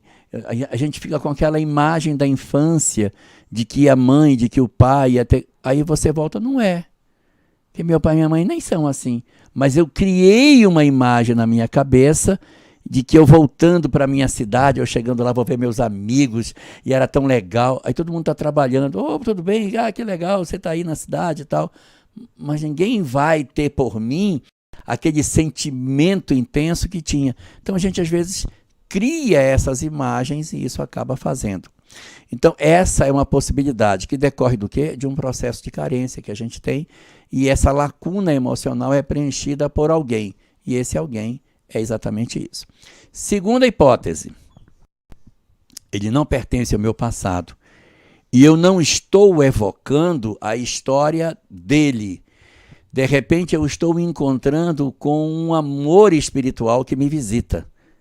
Eu tenho um amor espiritual, eu tenho um espírito que é meu parceiro espiritual, é um espírito que me acompanha, mas eu não consigo representá-lo na minha mente. Então, como eu não tenho como representar esse amigo espiritual que me visita, que está comigo, eu coloco alguém no lugar. E quem eu ponho? Eu ponho no lugar dele o amor mais lírico que eu tive. E aí o que eu vou fazer? Eu vou lembrar do meu primeiro amor de adolescência, que era muito lírico, era uma coisa linda, romântica, doce. E eu uso a imagem dessa pessoa, mas no fundo não é com ele que eu estou encontrando, não. Eu estou encontrando com um amor espiritual que se aproxima de mim, que faz parte da minha vida e que eu substituo a imagem dele por aquilo que o meu ideário tem como verdade. Hipótese número 3. Essa pessoa faz parte da minha vida espiritual e eu estou encontrando com ela durante o sono. Só que eu não posso garantir que você está verdadeiramente encontrando com ele. Pode ser que você esteja encontrando com outro espírito, substituindo por ele, ou pode ser que os seus anseios espirituais estejam corporificando os seus desejos na forma desse indivíduo que você conheceu no período lá atrás da adolescência e que considera que ele é a representação do Supremo Bem, embora de repente ele até nem seja. Sâmia, quer completar? Vamos lá. Na hipótese de ser presença espiritual, né, que venha durante o desdobramento, por exemplo, tente perceber o que você sente. Se o que você sente é o mesmo que você sentia quando estava realmente com ele, convivendo, tá? Porque se for uma outra entidade, por mais que pareça semelhante, mas você vai sentir algo estranho ali. Às vezes até querer se enganar que é essa pessoa, mas que não é, tá? Agora, se for realmente ele, você vai sentir as mesmas coisas, sentir a alegria, sentir aquela energia gostosa. Muito bem, vamos seguindo com o Pinga Fogo. A próxima pergunta é muito interessante também. A nossa internauta escreveu dizendo assim, ó, eu me arrepio o tempo todo, até com o das músicas. Arrepios de cabeça aos pés. Alguém sabe me explicar a razão de tantos arrepios? É emoção ou amigos próximos? Às vezes a gente entra numa sintonia de uma música e realmente aquela música faz uma coisa diferente na gente. O que a gente pode dizer para nossa internauta? O nosso sistema de emoções é muito complexo. Então nós temos alguns de nós que, pelo simples fato de ouvir uma música, ler uma poesia, a pessoa chora. Nós temos alguns companheiros do movimento espírita que vê uma poesia, chora mesmo, chora da lágrima descer. Tem uma emoção danada, lê uma frase numa obra, chora. Então, quando a gente tem assim, essa emoção muito à flor da pele, a gente se emociona por qualquer coisa e chora. Alguns de nós não choram, têm outras reações. É possível que, de repente, a forma de você reagir a algo que lhe emociona seja de fundo de arrepiar. Mas não necessariamente isso determina que seja um aspecto obrigatoriamente espiritual. Pode ser espiritual? Pode ser espiritual. Mas pode ser a maneira como você reage, a maneira como você trata as suas emoções? Pode ser também. E como é que eu vou fazer para saber se é um espírito ou se não é? Se for alguma coisa de fundo espiritual, esse arrepio ele vai acontecer em diversas emoções diferentes, da alegria, da raiva, porque a conexão espiritual vai traduzir em você esses arrepios. Existem pessoas que quando dizem assim, eu sinto quando eu vou dar passividade, que eu sinto que acontece uma coisa aqui no meu pescoço, por aqui assim. Aí, eu sinto que a minha mão começa a ficar diferente. Então, cada um de nós tem uma maneira diferente de reagir. E independe da natureza do espírito. O que aconteceu ali? Posso continuar? Então, isso independe da natureza do espírito. Posso? Isso independe da natureza do espírito que se comunica. Então, se eu tenho essa mesma emoção física, independente da natureza da emoção, isso dá a nós uma sugestão de que seja de origem espiritual. Quando eu digo assim, não é quando eu me emociono positivamente, então pode ser realmente algo da minha emoção pessoal e não necessariamente mediúnica. Mas quando acontece um mediúnico, a minha reação física também acontece desse mesmo jeito. Ou seja, tanto quando é mediúnico, quando é físico, eu tenho as mesmas reações do ponto de vista. Tem algumas pessoas, não sei se vocês já conheceram, que quando vão dar passividade sentem enjoo no estômago, vontade de vomitar. Enjoo é da comunicação. Geralmente médiuns que são psicógrafos têm esse tipo de coisa, porque o mesmo plexo que controla braços e pernas, controla o sistema digestório, que é o plexo que fica em cima do estômago. Então, quando ele tenta se acoplar para pegar na mão, o enjoo do estômago vem junto. E a pessoa sente algumas emoções diferentes nessa hora. Então, cada um de nós tem um jeito diferente de lidar com essas conexões espirituais. Aí vai depender, tá? Sâmia, quer acrescentar? Então vamos lá, Divina, traz a próxima pergunta, né? Só falando que na reunião mediúnica eu sinto esse enjoo. E na hora do passe, na sala do passe, a minha mão parece que está saindo fogo, assim, nos dedos, todinho. Eu não sou médium, viu, Rubens? Tá. Mas na hora que eu vou dar passe, eu sinto como se tivesse uma corrente elétrica passando. Eu não sinto fogo, eu sinto como se tivesse uma corrente fraquinha, não é uma corrente de choque assim, mas eu sinto como se estivesse passando, tivesse uma bateria ligada no meu braço, e eu sinto que passa, mas isso é coisa minha, não tem nada de mediunidade, tá? Não, de jeito nenhum. É tudo meu. Vamos lá, Gina. Que interessante essa pergunta, olha só. como vocês veem, os santos da Igreja Católica, eles são seres mais evoluídos ou foram seres mais evoluídos? Eles fazem mesmo milagres, como as pessoas acreditam? Primeiro, é importante que nós respeitemos, né, a ideia dos santos da Igreja Católica. Segundo, que quando nós elevamos uma prece para o santo da nossa devoção, essa prece, se ela é feita com sinceridade, ela sobe, né? Falando-se metaforicamente, ela vai até Deus, ela vai até a espiritualidade superior, dependendo da fé da pessoa, e pode sim, se houver mérito após a análise, essa prece pode ser atendida. Tá? Não necessariamente pelo, segundo a doutrina espírita, pelo santo de devoção, né? Mas pela espiritualidade que trabalha no sentido de atender os pedidos das pessoas.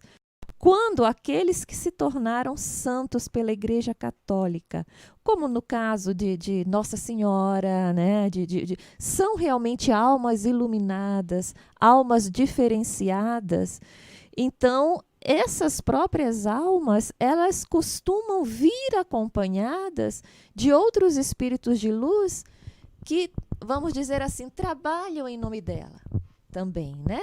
É ilusão achar que as almas realmente evoluídas estão sozinhas e vão se virar sozinhas. Eles se unem por afinidade, né? Como nós temos o que nós chamamos de legião dos servos de Maria, que trabalham em todo o nosso planeta, inclusive, dentre outras coisas, atendendo, né, recolhendo as preces direcionadas para Nossa Senhora com os nomes que se tem por aí.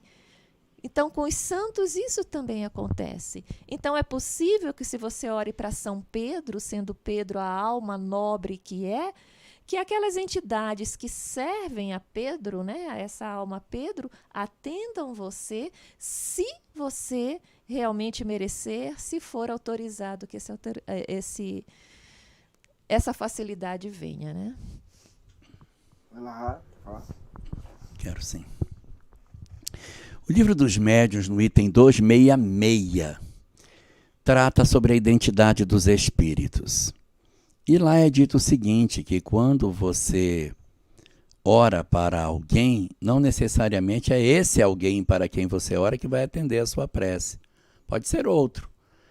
E geralmente você tem falanges que respondem por uma determinada entidade. E os espíritos bons, o que menos importa para eles é o nome. Então, eles atendem independente de, não foi para a minha oração, não vou atender. Então, eles têm, na verdade, a preocupação de atender os pleitos de acordo com o mérito de cada um. Uma curiosidade sobre a questão de santo, não santo, é que a palavra santo, ela tem a mesma origem da palavra saudável, São Jorge, Santo Jorge, Sainte, tudo vem da mesma origem de São, saudável. Porque é como se fosse assim, eles eram saudáveis. São Fulano, ele tem saúde no sentido de saúde espiritual. E esse nome era como os cristãos se chamavam no cristianismo nascente. Eles eram os santos, tanto que existe a Igreja dos Santos dos Últimos Dias, que são os cristãos, né? Os sãos dos últimos dias. Resultado. As pessoas que são chamadas de santos são, em princípio, indivíduos que foram notabilizados por grandes virtudes. É lógico que no elenco daqueles que são chamados de santos, existem alguns que foram assim chamados por conveniências políticas, foram chamados assim por conveniências do ponto de vista militar, mas a grande maioria dos chamados santos são porque realmente eram pessoas especiais, tinham grandezas espirituais. E, na medida em que essas pessoas se tornaram assim tão nobilitadas, elas são convocadas, né, pelas nossas preces num trabalho de socorro. Então, a doutrina espírita não vê com nenhuma estranheza o fenômeno dos santos, porque a doutrina espírita também ora para os espíritos benfeitores, ora para o espírito benfeitor, capítulo 28 do Evangelho segundo o Espiritismo, que tem uma coletânea de preces que Allan Kardec deixou, tem várias orações ali que são destinadas para os mentores, para os espíritos benfeitores, para o espírito benfeitor, o anjo da guarda. Então não há nenhuma estranheza nisso. Nós, da doutrina espírita, enxergamos com bastante respeito todas as crenças religiosas, inclusive aquela que admite a ideia dos santos. O que a gente pode ver de diferença é que a doutrina espírita, ela vê como desnecessária a necessidade de uma imagem para que a gente faça uma oração para um santo, mas respeita plenamente as pessoas que precisam disso, porque de repente a pessoa necessita dessa imagem para que ela se concentre melhor para fazer a sua oração. Então, se é assim, então que assim seja.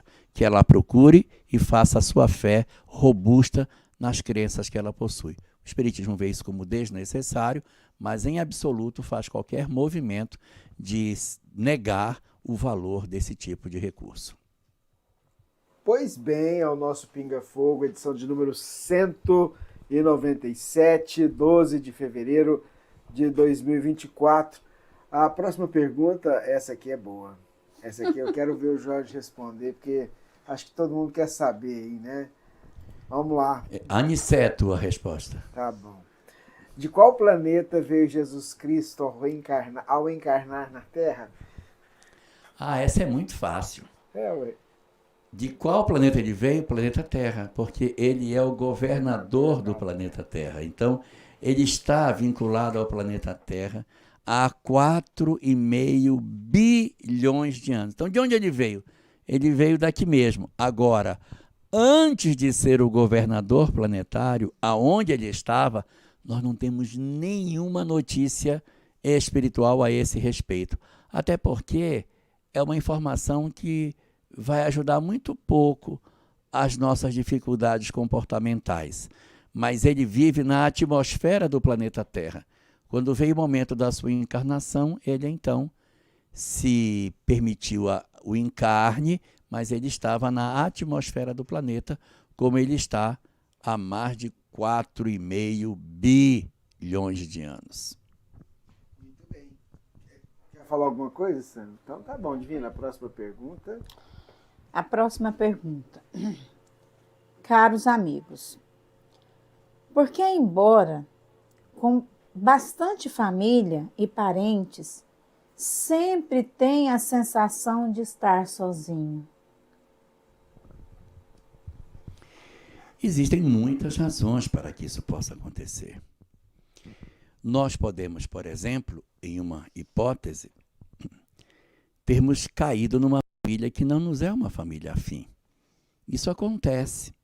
Às vezes, em função das nossas histórias espirituais, do passado que a gente tem, das lições que a gente precisa aprender nesta atual existência, nós podemos, em função da lei de causa e efeito, em função de alguns compromissos espirituais que a gente traz, a gente pode ter renascido num grupo familiar que não é o nosso grupo originário, não é o grupo que de fato faz parte da nossa história de vida.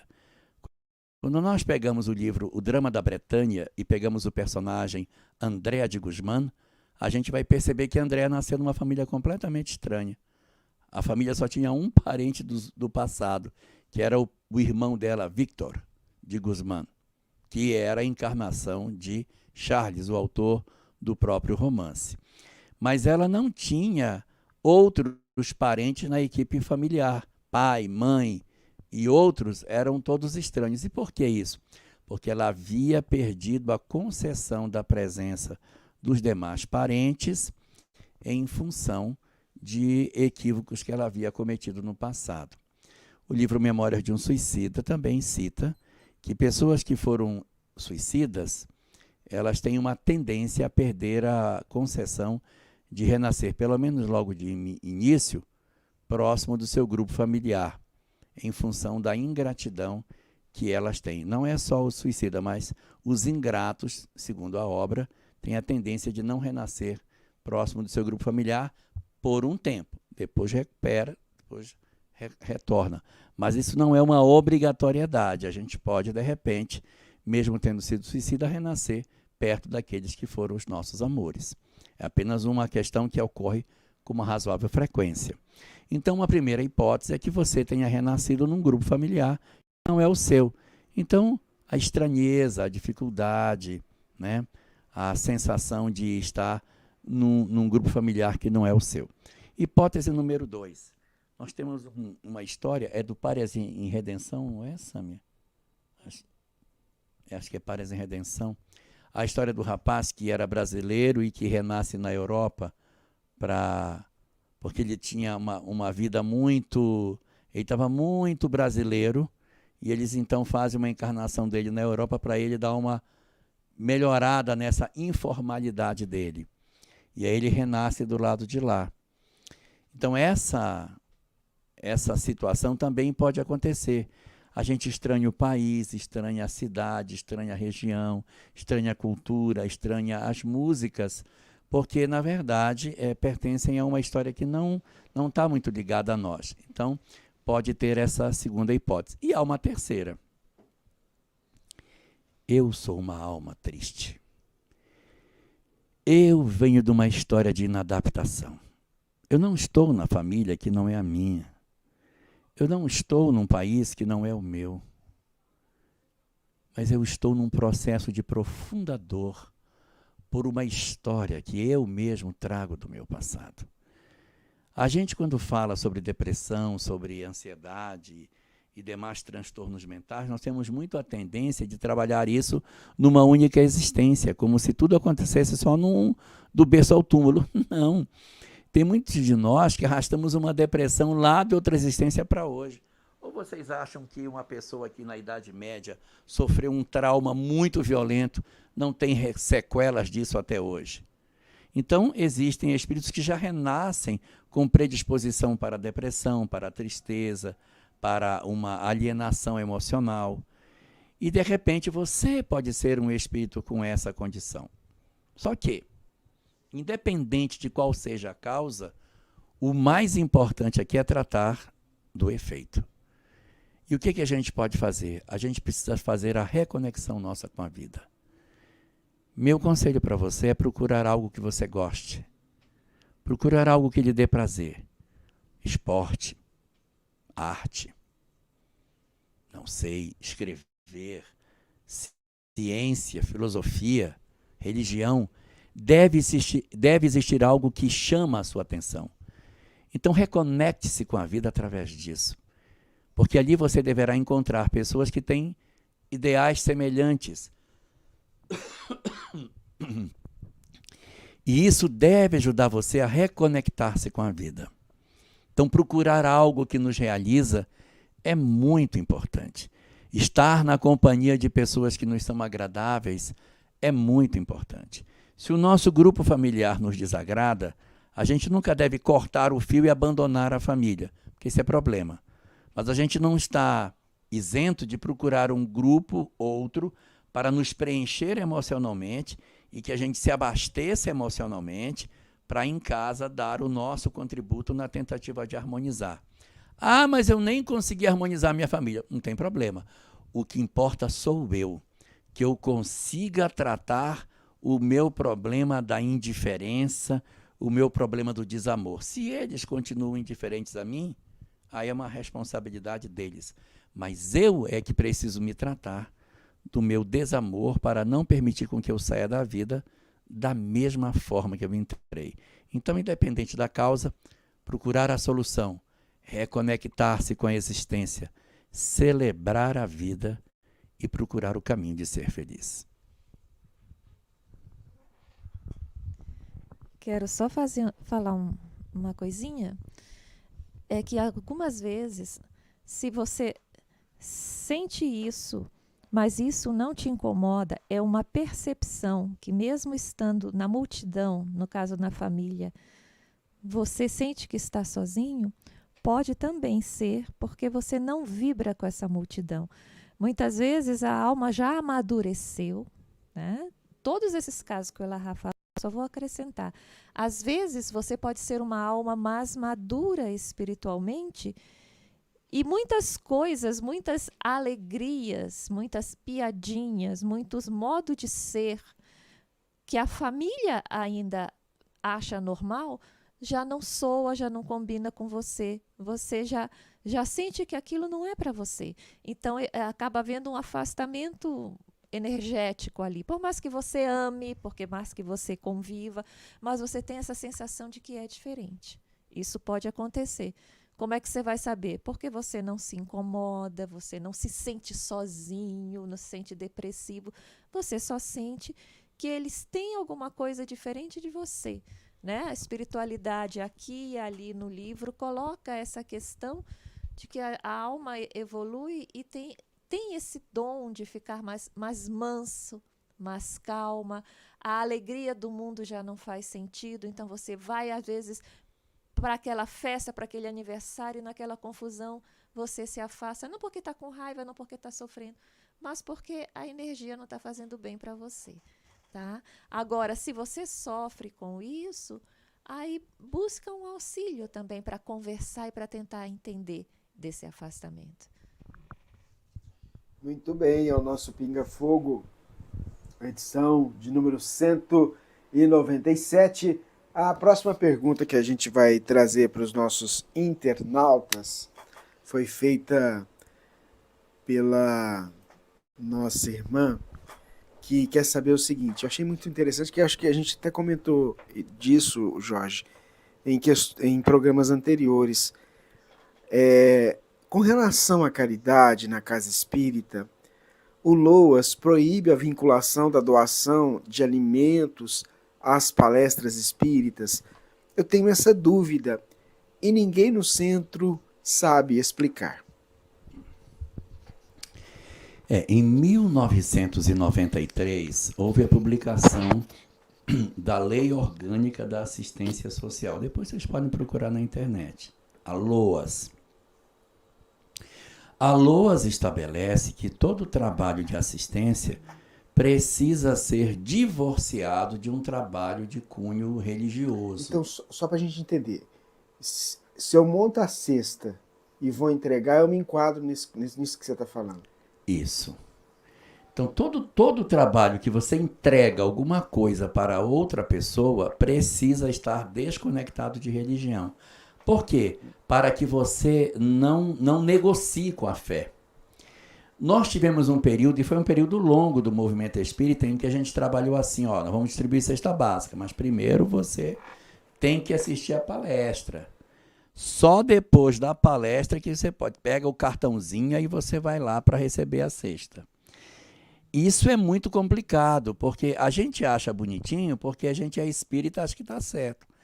Mas imagine que uma religião que você acha que não é correta, não estou falando de uma religião cristã, imagine uma religião que não seja cristã, que tem conceitos totalmente diferentes dos nossos.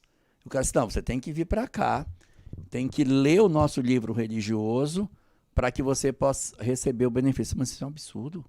O cara está querendo converter as pessoas para a religião dele.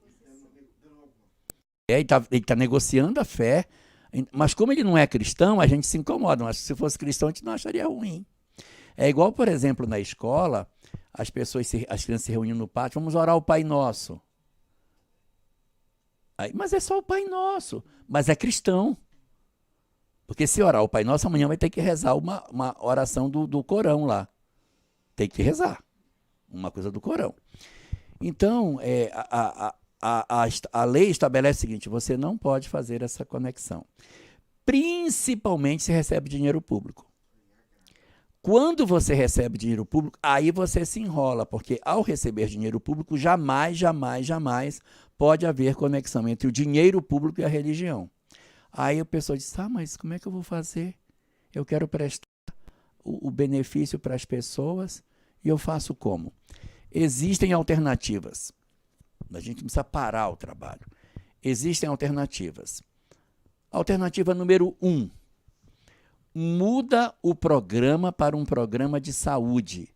Ao invés de fazer um programa sobre espiritismo, faz um programa sobre como cuidar de bebê quando nasce, como é que limpa o coto umbilical, como que você trabalha para acidentes domésticos, como que você cuida de um idoso, coisas de saúde. sobre a importância de como é que a gente deve lidar para trabalhar a questão da reprodução, ensinar as mulheres a sua reprodução, falar sobre a manutenção da gravidez, que é importante psicologicamente para não favorecer a questão do aborto. Tem uma série de coisas que a gente pode fazer. Eu posso fazer um programa, em vez de saúde, um programa de cultura de paz. Cultura de paz é moral cristã sem falar de Jesus. Então, hoje vamos falar sobre fraternidade. Hoje vamos falar sobre o perdão. Hoje vamos falar sobre a humildade, sobre a caridade, mas não usa conceito religioso, só conceito moral. Então, essas alternativas existem. Outra alternativa que tem, não, mas eu quero fazer um programa espírita. Beleza, faz e não torna obrigatório. Você faz o programa e diz, se você quiser assistir, está aqui. Se não quiser, não tem nenhum problema, você pode receber a cesta do mesmo jeito. E aí, eu daria a seguinte sugestão, faz 2 programas, faz uma sala com saúde e uma sala com espiritismo. Você quer assistir espiritismo? Entra aqui. Quer saúde? Entra lá. Não quer nenhuma? Senta no banco. Mas deixa as pessoas livres para que elas escolham o que elas quiserem e aí você pode fazer o trabalho dessa forma. Agora, o movimento espírita precisa se rever. Por quê? Porque o próprio estatuto das instituições espíritas também precisa muitas vezes ser mudado.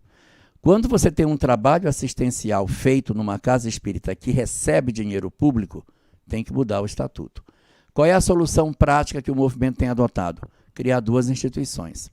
Uma chamada mantenedora e a instituição que faz o trabalho de distribuição da cesta básica. Então eu crio aqui Centro Espírita Bezerra de Menezes, aonde tem todo o trabalho doutrinário, e essa instituição é a mantenedora da Casa Assistencial Bezerra de Menezes. É um braço assistencial com outra diretoria, cujo objetivo é promover trabalho de assistência e promoção social para pessoas carentes. E da mantenedora, de divulgação da mensagem espírita. Essa instituição ela não tem conexão com a doutrina espírita. Isso é uma forma que o movimento espírita tem adotado para não colidir com a legislação. Eu diria o seguinte, quem tem dinheiro público dentro da instituição, mude imediatamente, porque o Ministério Público não terá misericórdia. Então, altere o estatuto e veja o que pode fazer. Se você não recebe dinheiro público, pense na possibilidade de se adequar para que você não incorra numa questão ética e amanhã possa ser até questionado pelo Ministério Público. Mas se receber dinheiro público, não tenha dúvida, havendo uma denúncia, vai todo mundo responder. Essa coisa de condicionar a entrega da cesta, assistir a uma palestra, por exemplo, é complicado. Isso não precisa nem de lei, é uma questão de ética, gente. Nós não podemos repetir o erro que as outras religiões fizeram, imposição. Isso ainda está meio dentro de muitos de nós, tá? Então, nós temos que tomar muito cuidado com isso. Nós íamos querer que, se nós, espíritas, estivermos numa condição no revés da vida, numa condição de extrema pobreza economicamente, e que eu precisasse de um prato de sopa para alimentar meu filho, não, então a senhora vai ter que aceitar a minha religião. Que não tem nada. Não, e a senhora esquece reencarnação. E não fale isso com seus filhos, senão a senhora não recebe a cesta, seu filho não vai comer. Nós estamos fazendo isso com os outros, não precisa nem de lei para dizer isso. Agora, se você monta um projeto e você monta uma instituição de promoção social, aonde existe um bloco de conteúdo que vai ser dado. Olha, quem quiser se matricular no projeto, a família que quiser, a promoção social é a promoção na área de saúde, orientação na área de saúde, na área de valores, na área de orientação psicológica, de como educar filhos e etc. Vão ter palestras, vão ter estudos, é um treinamento qualquer numa área neutra, que não seja religiosa, e existe a doação de tais e tais artigos, contanto que vocês frequentem o curso, porque o projeto é um projeto só. Então, a união de todos esses fatores vai promover a família, tanto na questão do comportamento, dos valores, da orientação de higiene, de tudo, como promoção de conseguir fazer um curso, de melhorar economicamente. Aí não tem entendemos que não adianta uma família que fica dormindo, não quer aprender, não quer ter uma profissão e que chega no final do mês, pega a cesta básica e leva. Aí você diz, olha, eu vou dar a vaga para quem se interessa em melhorar, porque a cesta básica, ela precisa ser feita para ser provisória. Mas toda essa programação não tem espiritismo nela. Pois não é o que estou colocando, né? Só a ética já tira. Agora você monta um grupo neutro, leigo, onde você vai respeitar todas as religiões que chegarem lá. Muito bem, Divina, a próxima pergunta. Gente, eu amei essa resposta, Daniel, de vocês. Ainda vou piorar ela. Você vai completar? Vou piorar, que é o seguinte, uma coisa, a gente até com cesta básica, eu diria que isso é um problema até menor no movimento espírita. Sabe qual é o maior problema? Evangelização infantil na periferia. Porque toda cidade tem evangelização infantil na periferia e tem uma sopa. E a gente faz as crianças assistirem a evangelização para tomar a sopa. Isso também é problema, porque o certo seria, vai para a evangelização, toma a sopa. Não vai, toma a sopa do mesmo jeito. Agora, o trabalho... mas aí as crianças não vão vir. Cara, eu não sei, mas a gente não pode condicionar o alimento da criança com a evangelização infantil. Eu sei que isso, no movimento espírita, vai ser um problema. É um problema. Mas o movimento espírita precisa se rever nesse sentido, de obrigar a criança a ter que estar na sala de aula, assistindo uma doutrinação que não é a da família dela, para ela merecer um prato de sopa, porque ela não tem o que comer. Cede, porque não tem jeito. Isso é pior, porque tem milhares de crianças nessa condição. Isso mesmo. Eu adorei essa resposta de vocês, porque a gente faz, além desse trabalho, né, com a Web Rádio Fraternidade, o Congresso, a gente tem uma vinculação com a Casa Espírita. Hoje até perguntaram para mim qual é a Casa Espírita que a gente frequentava e tal. A gente tem essa vinculação. A gente faz também o trabalho de entrega de cestas, né? E há muito tempo, né, eu não achava isso certo, né? Na casa espírita que eu frequento, as pessoas, não, tem que se fazer o evangelho e tem que se fazer a prece para se entregar a cesta. Eu falei, eu não acho isso certo, não acho. Eu vou entregar as cestas para essas pessoas, né, para que elas se alimentem desse alimento. Se alguma pessoa me pedir alguma coisa, né, para que eu possa falar, tudo bem. Eu tinha... A gente já teve casos de uma pessoa que já desencarnou, né, que ela pedia para tomar o passe para que a gente lesse o evangelho para ela. Isso é uma questão dela. É uma questão dela. Ela pedia, né? Então isso é muito interessante, isso é muito sério, Jorge. Né? Na sala de aula, por exemplo, quando a gente é questionado com relação à religião. Até, por exemplo, teve um aluno que falou para mim, né, no último dia de aula, olha, perto da minha casa, né, tem um lugar que tocam tambores e faz isso. Eu até pensei que era um ensaio, né, de carnaval e tal. Mas aí quando eu percebi, eu peguei e falei para ele do respeito, né, que a gente precisa ter com as religiões. Que ali na sala de aula nós temos várias pessoas, inclusive que a professora dele era espírita, né? E aqui ali na sala de aula a gente tem católicos, evangélicos e outras religiões, e que a gente precisa respeitar, e que o que a gente não entende, a gente não deve criticar e não deve falar, né? Então, assim, a gente precisa estar falando, estar colocando para fora sobre essas questões, né, que às vezes aflige aquele que necessita de um prato de alimento, de uma cesta, né, e que isso esteja vinculado, às vezes constrangendo, né, a uma religião ou a um conceito religioso. Inclusive, outra coisa muito séria, Jorge. Colocou, inverte para você ver se é bom. Exatamente. Ó, uma coisa que é muito, assim, perigosa, que, assim, eu já vi, né, algumas pessoas que dizem o seguinte, olha, inclusive eu já até comentei aqui no Pinga Fogo, que eu fui inocentemente vender um ingresso, né, para uma e vizinha minha, de uma galinhada, né, do centro que ia acontecer. E essa pessoa virou para mim e falou assim que não poderia tocar naquele ingresso, né, para aquela galinhada, porque aquilo era impuro, né? Eu, assim, como eu estava... Isso já faz o quê? Uns 10 anos atrás, né? E o Rubens me captou, eu tinha uns 19. Eu já era espírita há muito tempo, né? Porque eu tinha 19 anos, hoje eu tenho 53 anos. Eu fiquei chocada com aquilo. Eu falei assim, gente, será que eu estou fazendo alguma coisa tão errada assim? Você não pode tocar, Né? Que não pode tocar. E aí essa mesma pessoa me diz o seguinte, nós ajudamos e auxiliamos as pessoas que estão na nossa congregação, na nossa igreja, porque esses são cristãos, esses vão ser salvos. Então, a coisa é muito maior do que a gente pensa, né? Olha para você ver ainda nações que brigam, que destroem a própria nação, os próprios irmãos, por conta de religião. Mas a Sam ia falar. O movimento espírita tem as áreas de infância, de juventude, de família muito, muito bem organizadas. Eu acredito que amadureceram muito, especificamente nas questões de evangelização espírita em comunidades socialmente carentes, tá?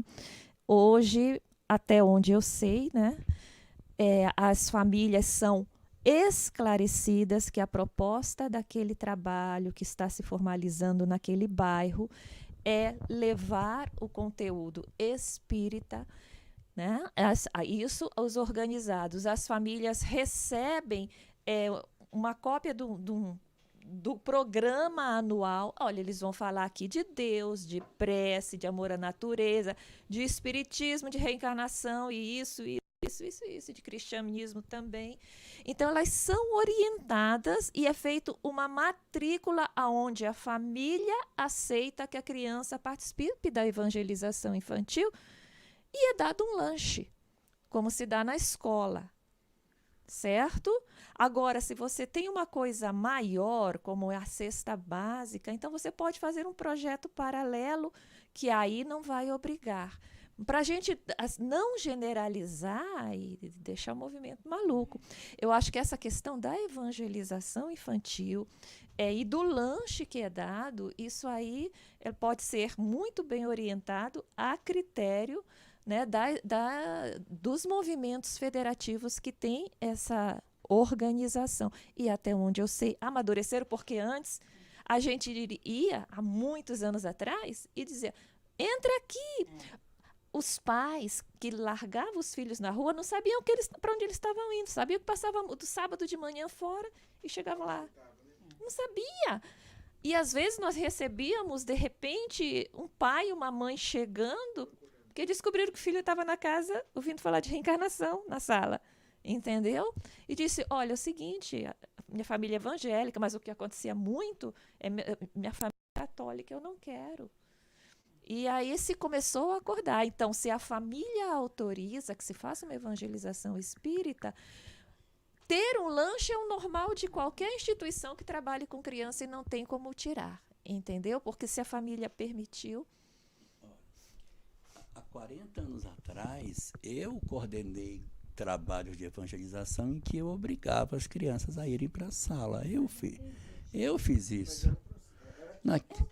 Em 1984, e eu dizia, não, se não participou da evangelização, não vai comer. E eu fazia. Hoje eu tenho um remorso danado disso que eu fiz. Mas eu fiz muito. Mas assim, hoje eu vejo de maneira diferente, que a gente poderia ter uma forma alternativa, um outro tipo de ambiente que a gente poderia colocar as crianças, que não necessariamente esse, e até pensando na questão da fome, que você obriga a pessoa a ter que se sujeitar à sua fé para receber o alimento. Mas essas questões, Sâmia, ainda acontecem. A gente acha que não, né? Mas ainda acontece nesse tempo que estamos vivendo. E o Jorge falou algo assim, que as instituições precisam repensar seriamente nessa questão de não vincular, né? essa entrega de cestas, por exemplo, eu fui questionada, né? Se, por exemplo, a entrega de cestas que eu fazia a leitura e a prece do Evangelho, a prece para a pessoa. Então, quer dizer, foi recentemente. Por exemplo, na sala de aula, quando eu inicio a minha aula, eu peço para as crianças fechem os seus olhos e façam as suas reflexões dentro das suas religiões, aquilo que eles acreditam. Façam seus pensamentos positivos para que a gente possa ter uma tarde de paz, de amor, e que tudo que ali for passado possa tocar, né, no seu coração, que ele possa desenvolver aquilo ali na sua mente. Então, é algo assim que chama ele para essa espiritualidade. Dentro não da a realidade religião, dele. não um vínculo com a religião. E dentro da realidade deles. Dentro da realidade deles, né? Agora, o que você falou, muitas casas se organizam sim. E, olha, gente, tem crianças que estão abandonadas, né? Que estão sem algo, uma esperança. E muitas casas espíritas, não só casas espíritas, muitas igrejas evangélicas, católicas e outras religiões fazem um trabalho belíssimo com relação a isso. Mas o que a gente não pode fazer é fazer essa vinculação, né? Eu sei que nosso tempo está apertado, mas eu queria fazer só um comentário. Existem algumas instituições espíritas que dividem em 2 prédios. Esse é o prédio assistencial e esse é o prédio do centro espírita. No dia que tem atividade assistencial, distribuição de cesta, sopa, etc., é tudo feito nesse pavilhão aqui, ó. No dia que tem estudo e palestra espírita, é naquele de lá, e ali não se dá alimento. Naquela casa lá não dá alimento. Para quando faz atividade nessa daqui, aí aqui tem atividade assistencial. Então, existem algumas instituições que separam para não ter esse tipo de problema. Gente, pessoal aí que às vezes não consegue ter a sua resposta, eu queria dizer que a gente tem um banco com mais de 4.000 perguntas que a gente está usando. E muitas questões já foram abordadas anteriormente. Então eu vou pedir para assim, se você não conseguir uma resposta agora, como apareceu uma pergunta aqui sobre homossexualidade, esse tema já foi abordado aqui no Pinga Fogo. Então o que eu indico para você que está nos acompanhando? Acessa lá www.programapingafogo.com.br programapingafogo.com.br. Vai cair numa página onde nós temos as perguntas feitas nos programas anteriores. Segue o tutorial que está escrito lá, por exemplo, quem está no computador, dá Ctrl F e escreve a palavra lá, homossexualidade. O sistema vai fazer a busca e vai aparecer a palavra onde ela foi colocada nas perguntas. É só você clicar e lá você vai poder ouvir a resposta dada em questões anteriores dentro do programa Pinga Fogo. E aos poucos, a sua pergunta que você fez, e que às vezes a gente não conseguiu trazer aqui hoje, ela está no banco de perguntas. Hoje a Divina, para você ter uma ideia, trouxe perguntas de muito tempo atrás. As perguntas que ela pegou, por exemplo, 591, 778, 973, é do nosso banco de perguntas, que tem mais de 4.000 perguntas. E não foi por acaso. Todas as perguntas foram trazidas nesse sentido.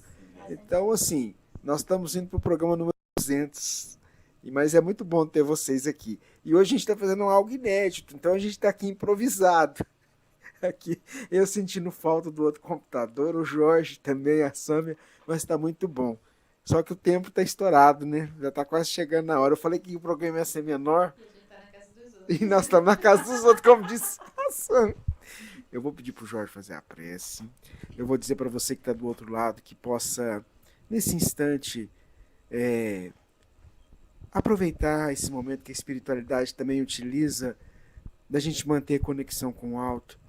Sabe, esse momento às vezes angustiante que você possa estar passando, às vezes um problema, uma dificuldade com um ente querido, enfim, alguém que às vezes está sofrendo porque perdeu alguém, ou alguém que está no leito de um hospital.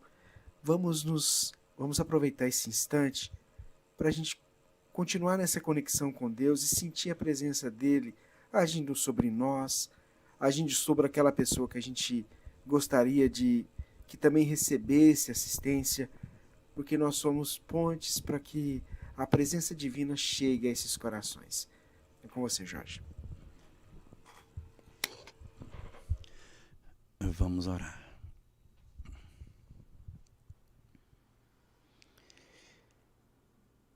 Querido Senhor das nossas vidas, os nossos corações te buscam, Senhor, porque o mundo não foi capaz de nos oferecer aquilo que tanto buscávamos. As oportunidades que a vida nos concedeu para que nós conseguíssemos sentir felicidade não foram capazes de preencher as nossas almas. E por isso, Senhor, nós nos sentimos profundamente tristes, abandonados pela vida, como se de repente a felicidade não fosse feita para nós. Apunhalados por um sofrimento que nunca cessa, os nossos corações têm sede de paz, desejo de se asserenarem. E por isso te buscamos, na expectativa de que tu possas preencher em nós as lacunas profundas que trazemos em nossas almas e que nos impedem de sentir o propósito da vida. Por isso, Senhor, no fio de fé que nos resta, nessa réstia de luz que nos faz perceber a tua presença lá fora, do quarto escuro em que nos trancamos, nós queremos te rogar, ó Senhor, ajuda-nos para que possamos sentir a presença dos nossos espíritos benfeitores em redor das nossas vidas. Aclara diante dos nossos olhos a realidade imortal, para que as nossas dores, as nossas quedas e os múltiplos erros que cometemos durante a existência não sejam motivos para que desistamos da vida, quando temos em Ti, Senhor, a representação do Supremo Bem e que não conseguimos ainda alcançar. Restaura, Senhor, o fio da fé que parece querer se romper a cada momento e nos auxilia para que os nossos espíritos benfeitores consigam verdadeiramente acesso aos nossos corações cansados, de maneira que nós consigamos relembrar que somos almas imortais, consigamos relembrar que existe um propósito para o qual estamos aqui e que Tu esperas, Senhor, que nós consigamos nos desembaraçar das nossas imperfeições para alcançarmos a felicidade legítima. Não deixa com que esqueçamos o quanto é valioso o retorno para o corpo físico e não deixa com que esqueçamos, ó Senhor, a bênção extraordinária de existir entre os homens pela possibilidade de refazermos os nossos caminhos, de endireitarmos as nossas veredas e conseguirmos de fato nos colocarmos de pé diante de Ti. Temos vergonha das nossas faltas, mas sabemos que Tu és todo misericórdia, que Tu não nos condenas, que Tu não rejeitas nenhum de nós. E é por isso, Senhor, que nós não tememos comparecer à Tua presença e Te rogar que Tu nos fortaleças porque somos frágeis. Por isso te pedimos, ajuda-nos, abre as portas das mansões espirituais que orientam as almas frágeis.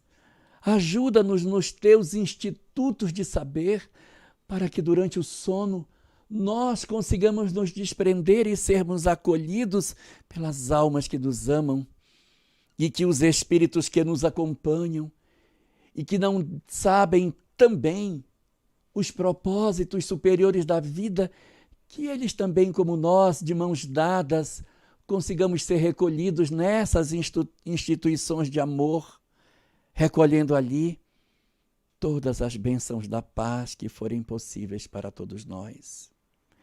É dentro desse propósito superior, Senhor, é dentro da certeza do teu amor que nunca cessa, que nós depositamos as nossas vidas nas tuas mãos e acreditamos de maneira insofismável de que tu nos recolherás em teus braços.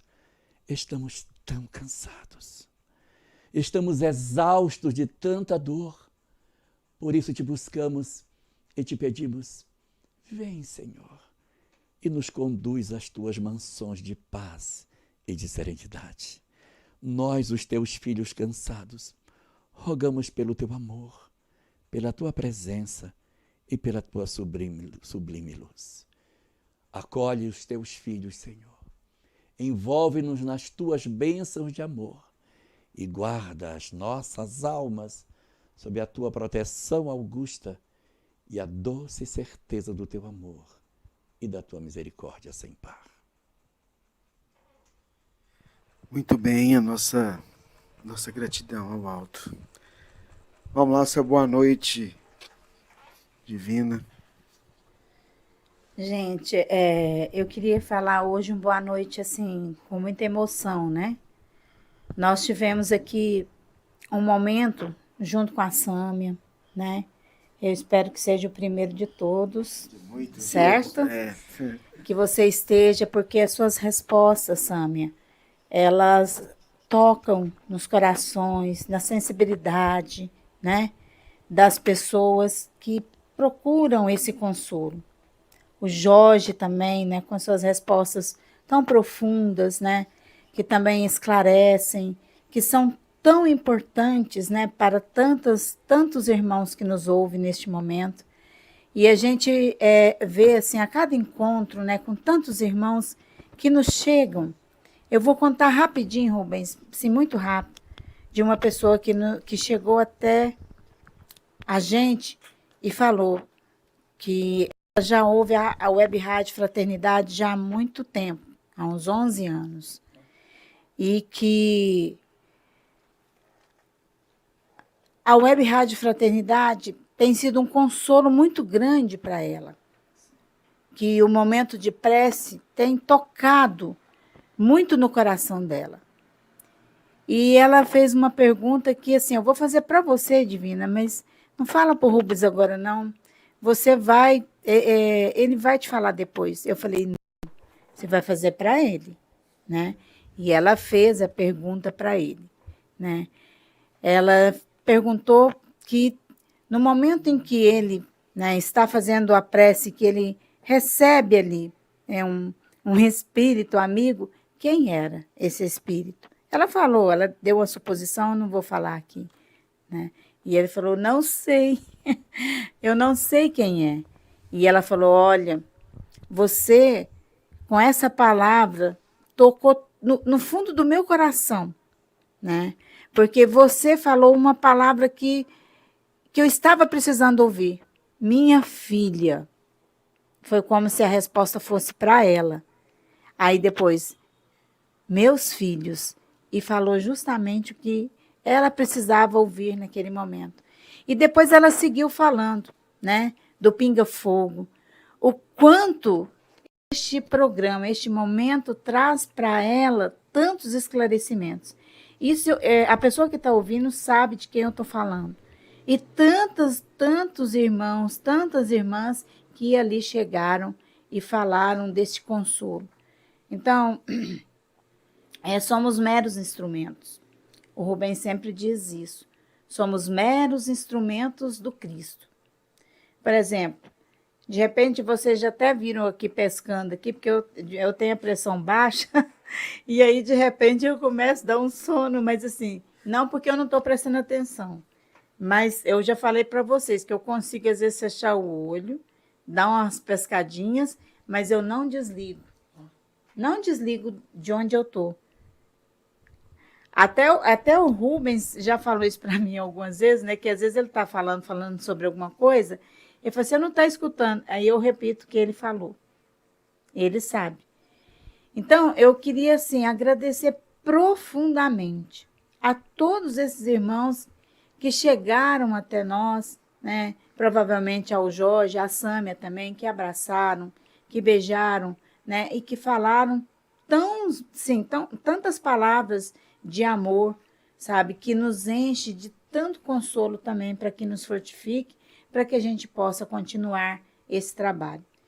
Quero deixar aqui um beijo enorme nos corações de cada um desses nossos irmãos, aqueles que não chegaram, mas que queriam falar, aqueles que estão ouvindo, tá? O nosso amor, o nosso abraço, o nosso carinho e obrigada, né, por essas palavras que tocaram os nossos corações. Um beijo no coração de cada um. Bem, já que nós estamos todos juntos nesses 2 últimos congressos, Uberlândia e aqui, a quantidade de pessoas que chegou até nós por causa do pinga-fogo chegou a ser assustadora. Eu não esperava. E o sentimento deles para com o programa em si, que é um trabalho do Cristo, né, e por isso tem que ser levado a Ele, é um sentimento de pura gratidão. Entendeu? E assim, acabou que nós recebemos esse carinho, né? Mas eu quero aqui devolver esse carinho para vocês, né? Porque o programa também é feito por causa do carinho que se sente. Eu quero desejar a todos uma semana maravilhosa. Dizer ao pessoal de Goiás e dos outros estados que estiveram no 40º Congresso Espírita de Goiás, que a gente ficou muito feliz de encontrar a todos. E as inúmeras citações ao programa Pinga Fogo que apareceram lá deixam a gente muito feliz. E quero aproveitar para deixar um abraço especial para Ionete, lá de Cristalina, que disse que se eu não dissesse que ia mandar um recado para ela, que eu ia ver só o que ela ia fazer. Então tá aí o recado para você no finalzinho, que era para ficar no suspense, tá bom? Ele vai esquecer, ele vai esquecer. Era só para ela ficar no suspense. Então, gente, muito obrigado pela presença de todos. Essa nossa experiência aqui foi uma experiência singular, a gente nunca tinha feito um pinga-fogo, todo mundo junto. Nem no céu a gente conseguiu fazer. Nem... Exato, nem no céu a gente fez. Então agora a gente está realizando um sonho, que era fazer esse pinga-fogo todo mundo junto. Uma boa noite para todos nós, que tenhamos uma semana maravilhosa e que Deus abençoe a todos nós e aos nossos lares. Gente, fica com Deus. Desculpa às vezes as falhas aqui, mas foi tudo feito com muito carinho para poder fazer o pinga-fogo chegar até você. Como foi dito, um ótimo final de dia, né, que a gente está terminando o dia 12, ótima semana, e se Deus permitir, como diz o Jorge, semana que vem a gente está aqui. E olha, por onde você passar, aproveita tudo aquilo que foi falado aqui, aplicar no cotidiano, porque esse é o nosso grande desafio, colocar em prática todo o conhecimento que nós temos. E não nos esqueçamos que o nosso modelo e o nosso guia é Jesus. Tá bom? Fiquem com Deus. Muita paz. Gratidão sempre, gente. Muita paz, gente. Deixa eu ver se eu consigo encerrar aqui. Acho que vai dar certo. Tchau.